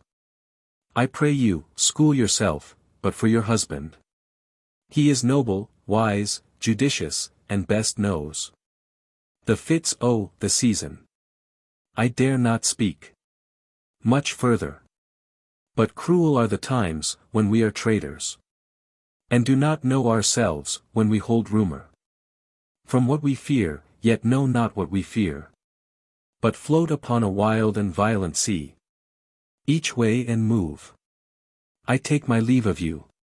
Shall not be long but I'll be here again. Things at the worst will cease, or else climb upward to what they were before. My pretty cousin. Blessing upon you. Lady Macduff. Fathered he is, and yet he's fatherless. Ross. I am so much a fool, should I stay longer. It would be my disgrace and your discomfort. I take my leave at once. Exit. Lady Macduff. Sirrah, your father's dead. And what will you do now? How will you live? Son. As birds do, mother. Lady Macduff. What, with worms and flies? Son. With what I get, I mean, and so do they. Lady Macduff. Poor bird. Thou ldst never fear the net nor lime. The pitfall nor the gin. Son. Why should I, mother? Poor birds they are not set for. My father is not dead, for all your saying. Lady Macduff. Yes, he is dead, how wilt thou do for a father? Son. Nay, how will you do for a husband? Lady Macduff. Why, I can buy me 20 at any market. Son. Then you'll buy them to sell again. Lady Macduff. Thou speak'st with all thy wit, and yet, faith. With wit enough for thee. Son. Was my father a traitor, mother? Lady Macduff. Aye, that he was. Son. What is a traitor? Lady Macduff. Why, one that swears and lies. Son. And be all traitors that do so? Lady Macduff. Every one that does so is a traitor, and must be hanged. Son. And must they all be hanged that swear and lie? Lady Macduff. Every one. Son. Who must hang them? Lady Macduff. Why, the honest men. Son. Then the liars and swearers are fools. For there are liars and swearers enow to beat the honest men and hang up them. Lady Macduff. Now, God help thee, poor monkey. But how wilt thou do for a father? Son. If he were dead, you'ld weep for him, if you would not, it were a good sign that I should quickly have a new father. Lady Macduff. Poor prattler, how thou talk'st. Enter a messenger. Messenger. Bless you, fair dame. I am not to you known. Though in your state of honor I am perfect. I doubt some danger does approach you nearly. If you will take a homely man's advice. Be not found here, hence, with your little ones. To fright you thus, methinks, I am too savage. To do worse to you were fell cruelty. Which is too nigh your person. Heaven preserve you. I dare abide no longer. Exit. Lady Macduff. Whither should I fly? I have done no harm. But I remember now. I am in this earthly world. Where to do harm is often laudable, to do good sometime accounted dangerous folly. Why then, alas, do I put up that womanly defense? To say I have done no harm. Enter murderers. What are these faces? First murderer. Where is your husband? Lady Macduff. I hope, in no place so unsanctified. Where such as thou mayst find him. First murderer. He's a traitor. Son. Thou least, thou shag-haired villain. First murderer. What, you egg? Stabbing him. Young fry of treachery. Son. He has killed me, mother. Run away, I pray you. Dies. Exit Lady Macduff, crying, murder. Exeunt murderers, following her. Scene 3. England. Before the king's palace. Enter Malcolm and Macduff. Malcolm. Let us seek out some desolate shade, and there weep our sad bosoms empty. Macduff. Let us rather hold fast the mortal sword, and like good men bestride our downfall and birthdom, each new morn. New widows howl, new orphans cry, new sorrows strike heaven on the face, that it resounds as if it felt with Scotland and yelled out like syllable of dolor. Malcolm. What I believe I'll wail. What no believe, and what I can redress. As I shall find the time to friend, I will. What you have spoke, it may be so perchance. This tyrant, whose sole name blisters our tongues, was once thought honest, you have loved him well. He hath not touched you yet. I am young. But something you may deserve of him through me, and wisdom. To offer up a weak poor innocent lamb. To appease an angry God. Macduff. I am not treacherous. Malcolm. But Macbeth is. A good and virtuous nature may recoil in an imperial charge. But I shall crave your pardon. That which you are my thoughts cannot transpose. Angels are bright still, though the brightest fell. Though all things foul would wear the brows of grace. Yet grace must still look so. Macduff. I have lost my hopes. Malcolm. Perchance even there where I did find my doubts. Why in that rawness left you wife and child? Those precious motives, those strong knots of love. Without leave-taking. I pray you. Let not my jealousies be your dishonours. But mine own safeties. You may be rightly just. Whatever I shall think. Macduff. Bleed, bleed, poor country. Great tyranny. Lay thou thy bases sure. For goodness dare not check thee, where thou. Thy wrongs. The title is afeard. Fare thee well, Lord. I would not be the villain that thou think'st. For the whole space that's in the tyrant's grasp. And the rich East to boot. Malcolm. Be not offended. I speak not as in absolute fear of you. I think our country sinks beneath the yoke. It weeps, it bleeds, and each new day a gash is added to her wounds, I think withal. There would be hands uplifted in my right. And here from gracious England have I offer of goodly thousands, but, for all this, when I shall tread upon the tyrant's head, or wear it on my sword, yet my poor country shall have more vices than it had before. More suffer and more sundry ways than ever. By him that shall succeed. Macduff. What should he be? Malcolm. It is myself I mean, in whom I know all the particulars of vice so grafted, that, when they shall be opened, black Macbeth will seem as pure as snow, and the poor state esteem him as a lamb, being compared with my confineless harms. Macduff. Not in the legions of horrid hell can come a devil more damned in evils to top Macbeth. Malcolm.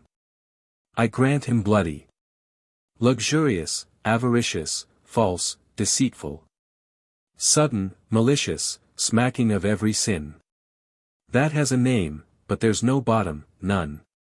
In my voluptuousness, your wives, your daughters, your matrons and your maids could not fill up the cistern of my lust, and my desire. All continent impediments would o'erbear. That did oppose my will, better Macbeth than such an one to reign. Macduff. Boundless intemperance. In nature is a tyranny, it hath been the untimely emptying of the happy throne, and fall of many kings. But fear not yet. To take upon you what is yours, you may convey your pleasures in a spacious plenty, and yet seem cold, the time you may so hoodwink. We have willing dames enough, there cannot be that vulture in you, to devour so many as will to greatness dedicate themselves, finding it so inclined.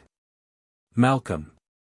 With this there grows in my most ill-composed affection such a stanchless avarice that, were I king, I should cut off the nobles for their lands, desire his jewels and this other's house, and my more having would be as a sauce to make me hunger more, that I should forge quarrels unjust against the good and loyal, destroying them for wealth.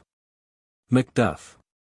This avarice sticks deeper, grows with more pernicious root than summer seeming lust, and it hath been the sword of our slain kings, yet do not fear.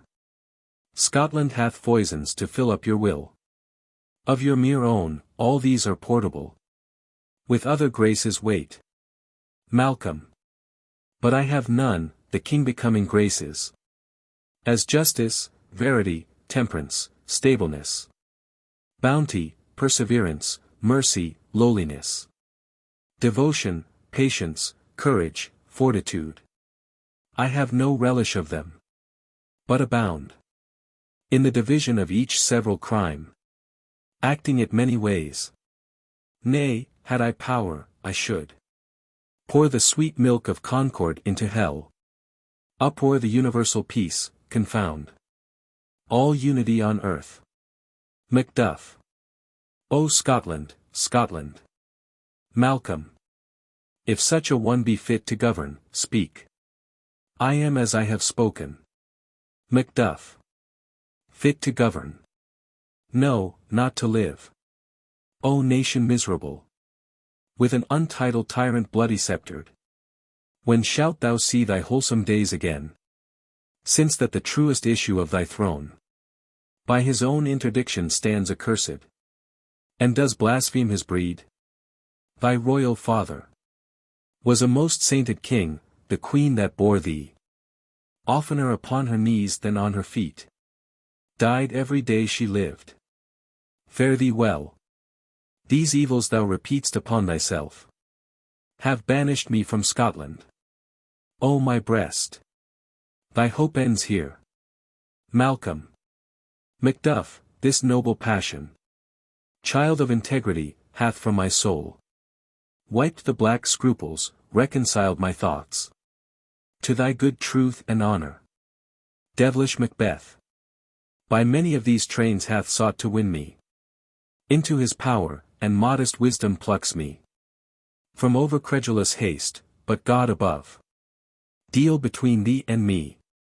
For even now I put myself to thy direction, and unspeak mine own detraction, here abjure the taints and blames I laid upon myself. For strangers to my nature I am yet unknown to woman, never was forsworn, scarcely have coveted what was mine own, at no time broke my faith, would not betray the devil to his fellow and delight no less in truth than life. My first false speaking was this upon myself: what I am truly is thine and my poor country's to command. Whither indeed, before thy here approach, old Seward, with 10,000 warlike men, already at a point, was setting forth. Now will together, and the chance of goodness be like our warranted quarrel. Why are you silent? Macduff. Such welcome and unwelcome things at once. 'Tis hard to reconcile. Enter a doctor. Malcolm. Well, more anon. Comes the king forth, I pray you? Doctor.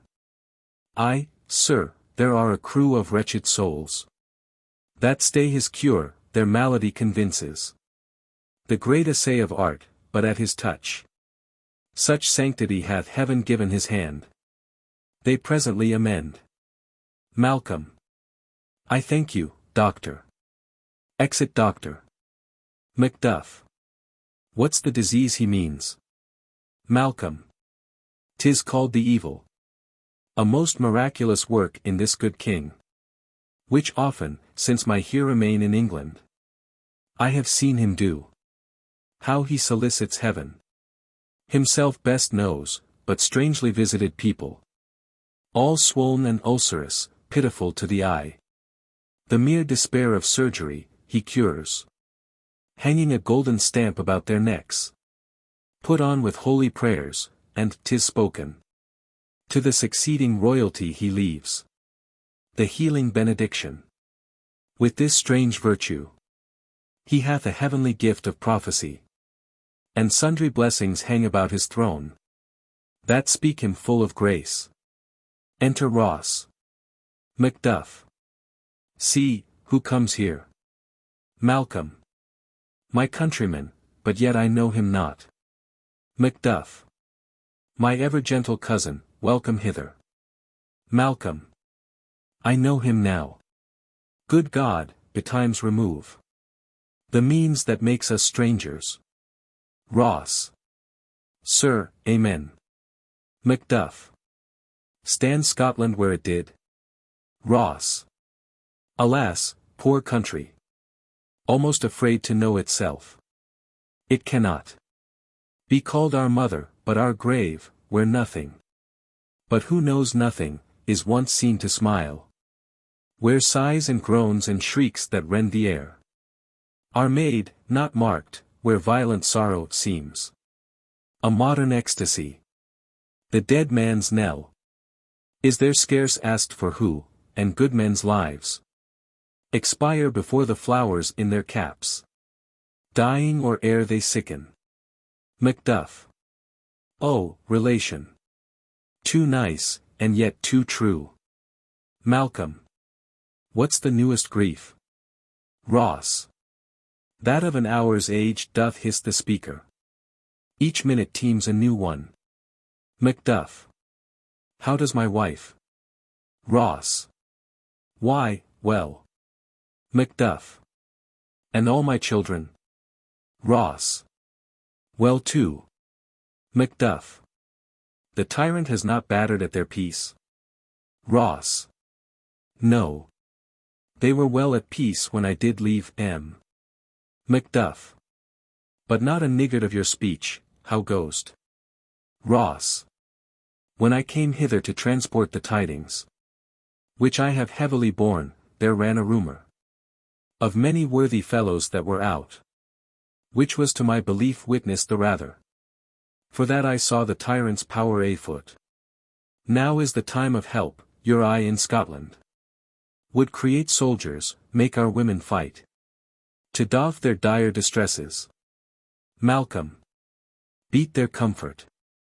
We are coming thither, gracious England hath lent us good Seward and 10,000 men. An older and a better soldier none. That Christendom gives out. Ross. Would I could answer this comfort with the like. But I have words that would be howled out in the desert air, where hearing should not latch them. Macduff. What concern they? The general cause? Or is it a fee grief, due to some single breast? Ross. No mind that's honest, but in it shares some woe, though the main part pertains to you alone. Macduff.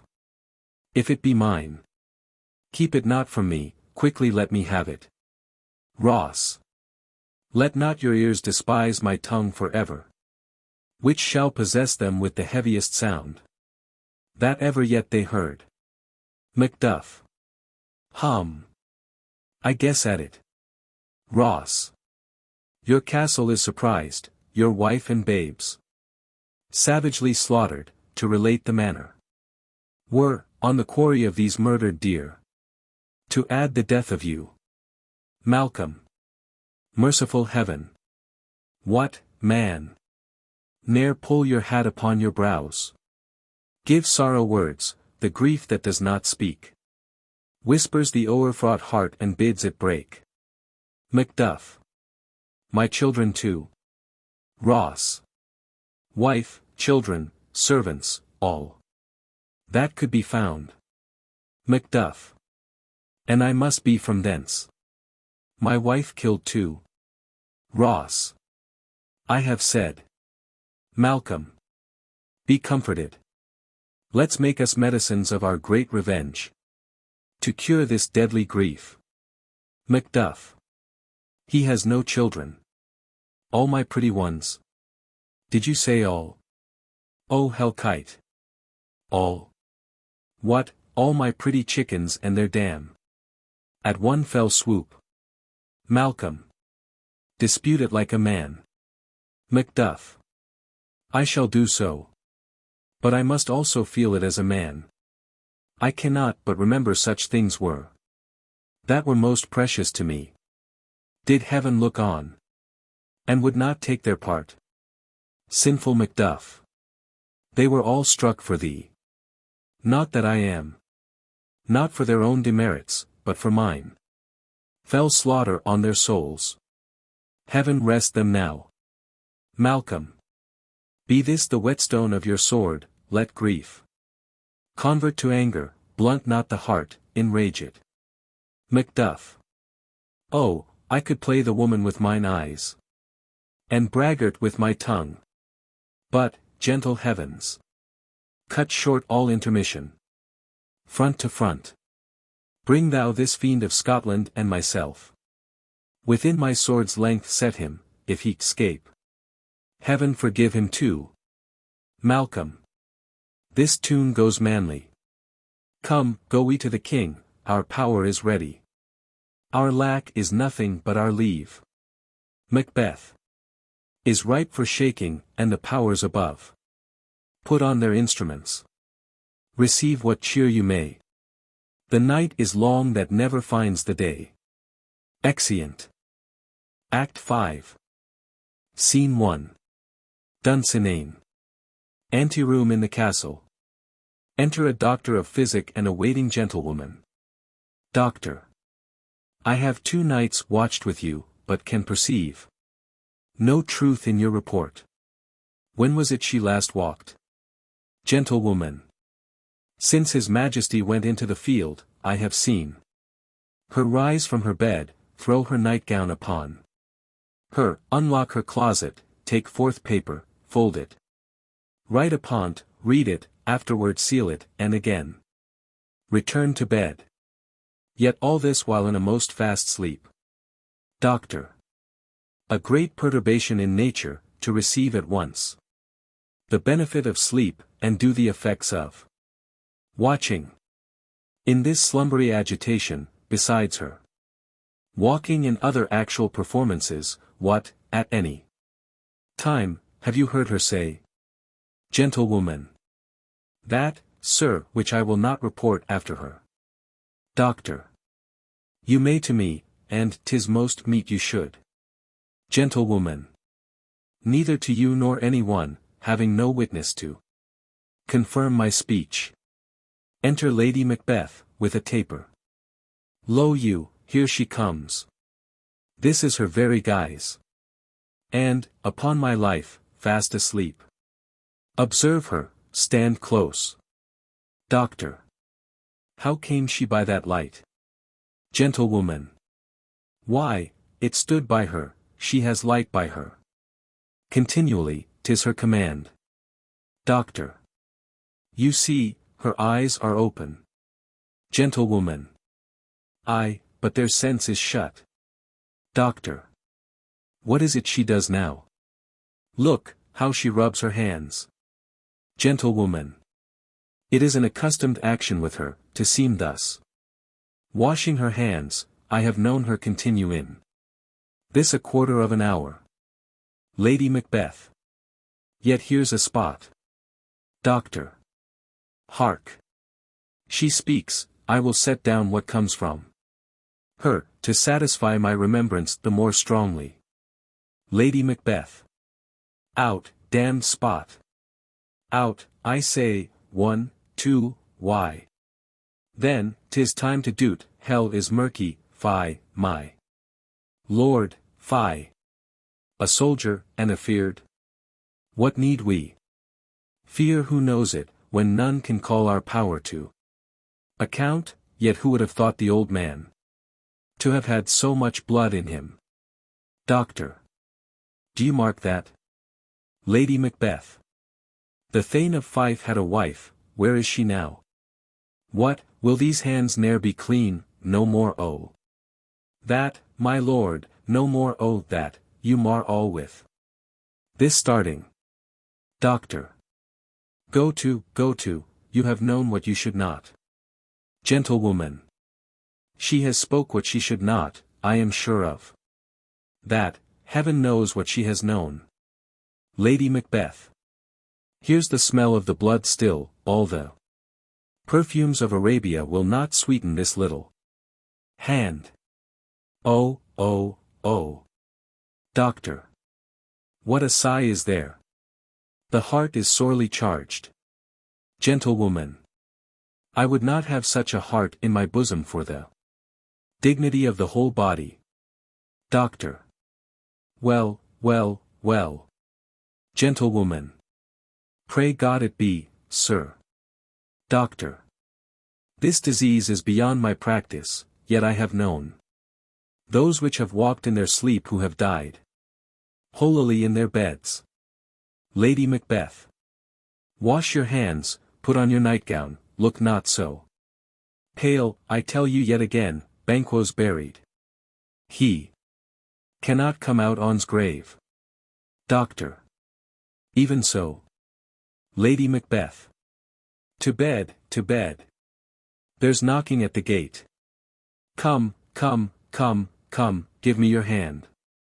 What's done cannot be undone, to bed, to bed, to bed. Exit. Doctor. Will she go now to bed? Gentlewoman. Directly. Doctor. Foul whisperings are abroad, unnatural deeds do breed unnatural troubles, infected minds. To their deaf pillows will discharge their secrets. More needs she the divine than the physician. God, God forgive us all. Look after her. Remove from her the means of all annoyance. And still keep eyes upon her. So, good night. My mind she has mated, and amazed my sight. I think, but dare not speak. Gentlewoman. Good night, good doctor. Exeunt. Scene 2. The country near Dunsinane. Drum and colours. Enter Menteith, Caithness, Angus, Lennox, and soldiers. Menteith. The English power is near, led on by Malcolm. His uncle Seward and the good Macduff. Revenges burn in them. For their dear causes. Would to the bleeding and the grim alarm. Excite the mortified man. Angus. Near Burnham Wood. Shall we well meet them, that way are they coming. Caithness. Who knows if Donalbain be with his brother? Lennox.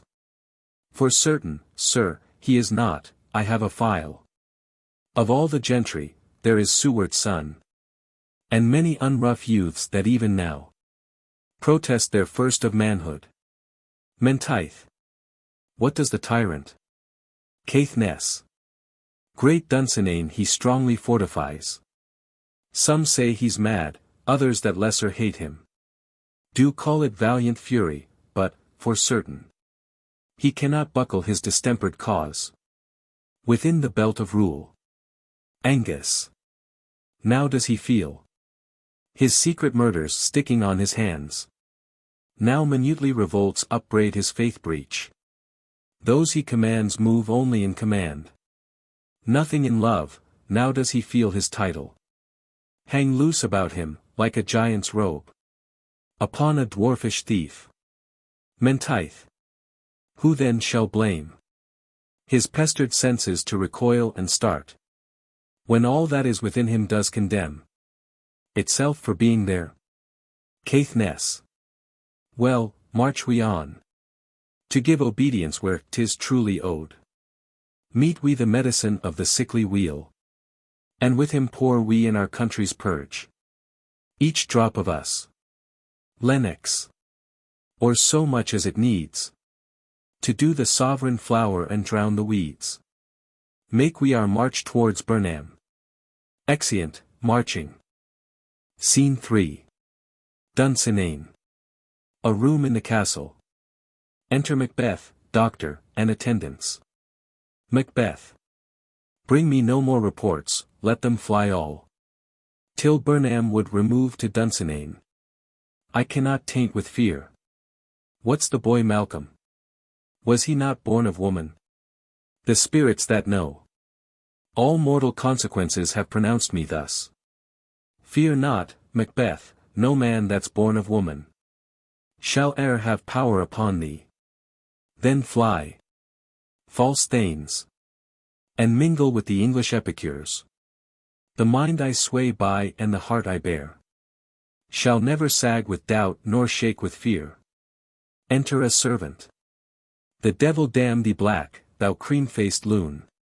Where got'st thou that goose look? Servant. There is 10,000. Macbeth. Geese, villain. Servant. Soldiers, sir. Macbeth. Go prick thy face, and overread thy fear. Thou lily-livered boy. What soldiers, patch? Death of thy soul. Those linen cheeks of thine are counselors to fear. What soldiers, wayface? Servant.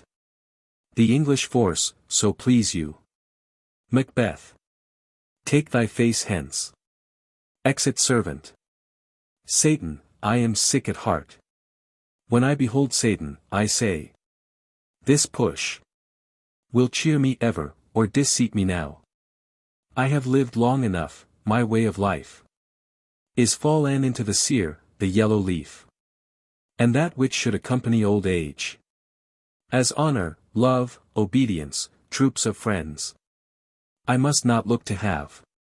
But, in their stead, curses, not loud but deep, mouth honor, breath, which the poor heart would fain deny, and dare not. Satan. Enter Satan. Satan. What is your gracious pleasure? Macbeth. What news more? Satan. All is confirmed, my lord, which was reported. Macbeth. I'll fight till from my bones my flesh be hacked. Give me my armor.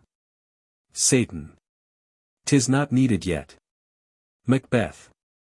I'll put it on. Send out more horses, scur the country round. Hang those that talk of fear. Give me mine armor. How does your patient, doctor? Doctor. Not so sick, my lord, as she is troubled with thick coming fancies that keep her from her rest. Macbeth. Cure her of that.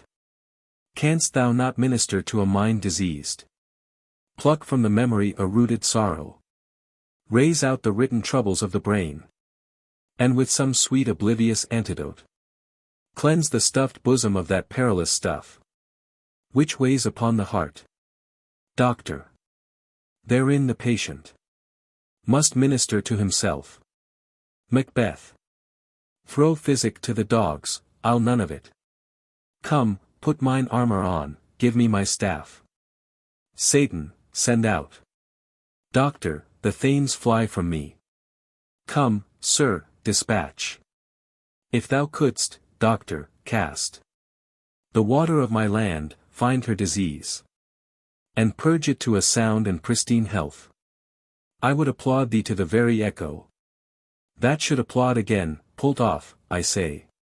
What rhubarb, cyme, or what purgative drug would scour these English hence?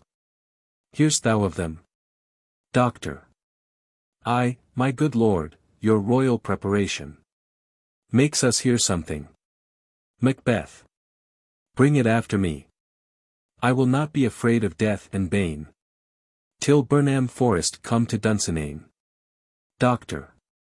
Aside, were I from Dunsinane away and clear, profit again should hardly draw me here. Exeunt. Scene 4. Country near Burnham Wood. Drum and colours. Enter Malcolm, Seward and young Seward, Macduff, Menteith, Caithness, Angus, Lennox, Ross, and soldiers, marching. Malcolm. Cousins, I hope the days are near at hand, that Chambers will be safe. Menteith. We doubt it nothing. Seward. What wood is this before us? Menteith. The wood of Burnham. Malcolm. Let every soldier hew him down a bough, and bear't before him, thereby shall we shadow the numbers of our host and make discovery ere in report of us. Soldiers. It shall be done. Seward. We learn no other but the confident tyrant keep still in Dunsinane, and will endure our setting down before T. Malcolm. 'Tis his main hope. For where there is advantage to be given, both more and less have given him the revolt. And none serve with him but constrain things, whose hearts are absent too. Macduff. Let our just censures attend the true event, and put we on industrious soldiership. Seward. The time approaches that will with due decision make us know what we shall say we have and what we owe. Thoughts speculative their unsure hopes relate, but certain issue strokes must arbitrate, towards which advance the war. Exeunt, marching. Scene 5. Dunsinane. Within the castle. Enter Macbeth, Satan, and soldiers, with drum and colours. Macbeth. Hang out our banners on the outward walls. The cry is still, they come, our castle's strength. We'll laugh a siege to scorn, here let them lie. Till famine and the ague eat them up. Were they not forced with those that should be ours? We might have met them dareful, beard to beard. And beat them backward home. A cry of women within. What is that noise? Satan. It is the cry of women, my good lord. Exit. Macbeth. I have almost forgot the taste of fears. The time has been, my senses would have cooled. To hear a night shriek. And my fell of hair. Would at a dismal treatise rouse and stir. As life were in't, I have supped full with horrors. Direness, familiar to my slaughterous thoughts. Cannot once start me. Re-enter Satan. Wherefore was that cry? Satan. The queen, my lord, is dead. Macbeth. She should have died hereafter. There would have been a time for such a word. Tomorrow, and tomorrow, and tomorrow. Creeps in this petty pace from day to day. To the last syllable of recorded time. And all our yesterdays have lighted fools. The way to dusty death. Out, out, brief candle. Life's but a walking shadow, a poor player. That struts and frets his hour upon the stage. And then is heard no more, it is a tale. Told by an idiot, full of sound and fury. Signifying nothing. Enter a messenger. Thou comest to use thy tongue. Thy story quickly. Messenger. Gracious my lord. I should report that which I say I saw. But know not how to do it. Macbeth. Well, say, sir. Messenger. As I did stand my watch upon the hill. I looked toward Burnham, and anon, methought. The wood began to move. Macbeth. Liar and slave. Messenger. Let me endure your wrath, if be not so. Within this 3 mile may you see it coming. I say, a moving grove. Macbeth. If thou speak'st false. Upon the next tree shalt thou hang alive. Till famine cling thee, if thy speech be sooth. I care not if thou dost for me as much. I pull in resolution, and begin. To doubt the equivocation of the fiend. That lies like truth, fear not, till Burnham wood. Do come to Dunsinane and now a wood. Comes toward Dunsinane. Arm, arm, and out. If this which he avouches does appear. There is nor flying hence nor tarrying here. I gin to be aweary of the sun. And wish the estate the world were now undone. Ring the alarum bell. Blow, wind. Come, rack. At least we'll die with harness on our back. Exeunt. Scene 6. Dunsinane. Before the castle. Drum and colours. Enter Malcolm, Seward, Macduff, and their army, with bows. Malcolm. Now near enough, your leafy screens throw down. And show like those you are. You, worthy uncle. Shall, with my cousin, your right noble son. Lead our first battle, worthy Macduff, and we. Shall take upon us what else remains to do. According to our order. Seward. Fare you well. Do we but find the tyrant's power tonight. Let us be beaten, if we cannot fight. Macduff. Make all our trumpets speak, give them all breath. Those clamorous harbingers of blood and death. Exeunt. Scene 7. Another part of the field. Alarums. Enter Macbeth. Macbeth. They have tied me to a stake, I cannot fly. But, bear-like, I must fight the course. What's he? That was not born of woman. Such a one. Am I to fear, or none? Enter young Seward. Young Seward. What is thy name? Macbeth. Thou lt be afraid to hear it. Young Seward. No, though thou call'st thyself a hotter name than any is in hell. Macbeth. My name's Macbeth. Young Seward. The devil himself could not pronounce a title more hateful to mine ear. Macbeth. No, nor more fearful. Young Seward. Thou least, abhorred tyrant, with my sword I'll prove the lie thou speak'st. They fight and young Seward is slain. Macbeth. Thou wast born of woman. But swords I smile at, weapons laugh to scorn. Brandished by man that's of a woman born. Exit. Alarums. Enter Macduff. Macduff. That way the noise is. Tyrant, show thy face. If thou be'st slain and with no stroke of mine, my wife and children's ghosts will haunt me still. I cannot strike at wretched kerns, whose arms are hired to bear their staves, either thou, Macbeth, or else my sword with an unbattered edge I sheath again undaved. There thou shouldst be. By this great clatter, one of greatest note seems brooded. Let me find him, fortune. And more I beg not. Exit. Alarums. Enter Malcolm and Seward. Seward. This way, my lord, the castle's gently rendered. The tyrant's people on both sides do fight. The noble thanes do bravely in the war. The day almost itself professes yours. And little is to do. Malcolm. We have met with foes that strike beside us. Seward. Enter, sir, the castle. Exeunt. Alarums. Scene 8. Another part of the field. Enter Macbeth. Macbeth. Why should I play the Roman fool, and die on mine own sword? Whiles I see lives, the gashes do better upon them. Enter Macduff. Macduff. Turn, hellhound, turn. Macbeth. Of all men else I have avoided thee.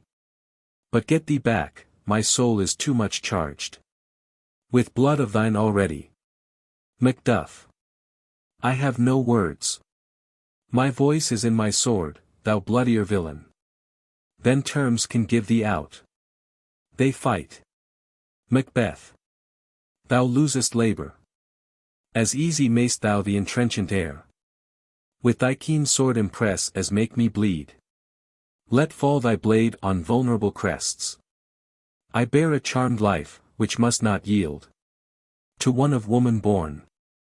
Macduff. Despair thy charm. And let the angel whom thou still hast served tell thee, Macduff was from his mother's womb untimely ripped. Macbeth. Accursed be that tongue that tells me so, for it hath cowed my better part of man. And be these juggling fiends no more believed, that palter with us in a double sense, that keep the word of promise to our ear, and break it to our hope. I'll not fight with thee. Macduff. Then yield thee, coward, and live to be the show and gaze. Oh, the time we'll have thee, as our rarer monsters are, painted on a pole, and under it here may you see the tyrant. Macbeth. I will not yield to kiss the ground before young Malcolm's feet, and to be baited with the rabble's curse. Though Burnham would be come to Dunsinane, and thou opposed, being of no woman born, yet I will try the last. Before my body I throw my warlike shield. Lay on, Macduff. And damned be him that first cries, hold, enough. Exeunt, fighting. Alarums. Retreat. Flourish. Enter, with drum and colours, Malcolm, Seward, Ross, the other thanes, and soldiers. Malcolm. I would the friends we miss were safe arrived. Seward. Some must go off, and yet, by these I see So great a day as this is cheaply bought. Malcolm. Macduff is missing, and your noble son. Ross. Your son, my lord, has paid a soldier's debt. He only lived but till he was a man. The which no sooner had his prowess confirmed. In the unshrinking station where he fought. But like a man he died. Seward. Then he is dead. Ross. Ay, and brought off the field, your cause of sorrow. Must not be measured by his worth, for then it hath no end. Seward. Had he his hurts before? Ross. Ay, on the front. Seward. Why then, God's soldier be he. Had I as many sons as I have hairs, I would not wish them to a fairer death. And so, his knell is knolled. Malcolm. He's worth more sorrow. And that I'll spend for him. Seward. He's worth no more. They say he parted well, and paid his score. And so, God be with him. Here comes newer comfort. Re-enter Macduff, with Macbeth's head. Macduff. Hail, King! For so thou art, behold, where stands the usurper's cursed head, the time is free. I see thee compassed with thy kingdom's pearl. That speak my salutation in their minds. Whose voices I desire aloud with mine. Hail, King of Scotland! All. Hail, King of Scotland! Flourish. Malcolm. We shall not spend a large expense of time before we reckon with your several loves, and make us even with you, my thanes and kinsmen. Henceforth be earls, the first that ever Scotland in such an honour named. What's more to do? Which would be planted newly with the time, as calling home our exiled friends abroad, that fled the snares of watchful tyranny, producing forth the cruel ministers of this dead butcher and his fiend-like queen, who, as 'tis thought, by self and violent hands, took off her life. This, and what needful else, that calls upon us, by the grace of grace, we will perform in measure, time and place. So, thanks to all at once and to each one, whom we invite to see us crowned at Scone. Flourish. Exeunt.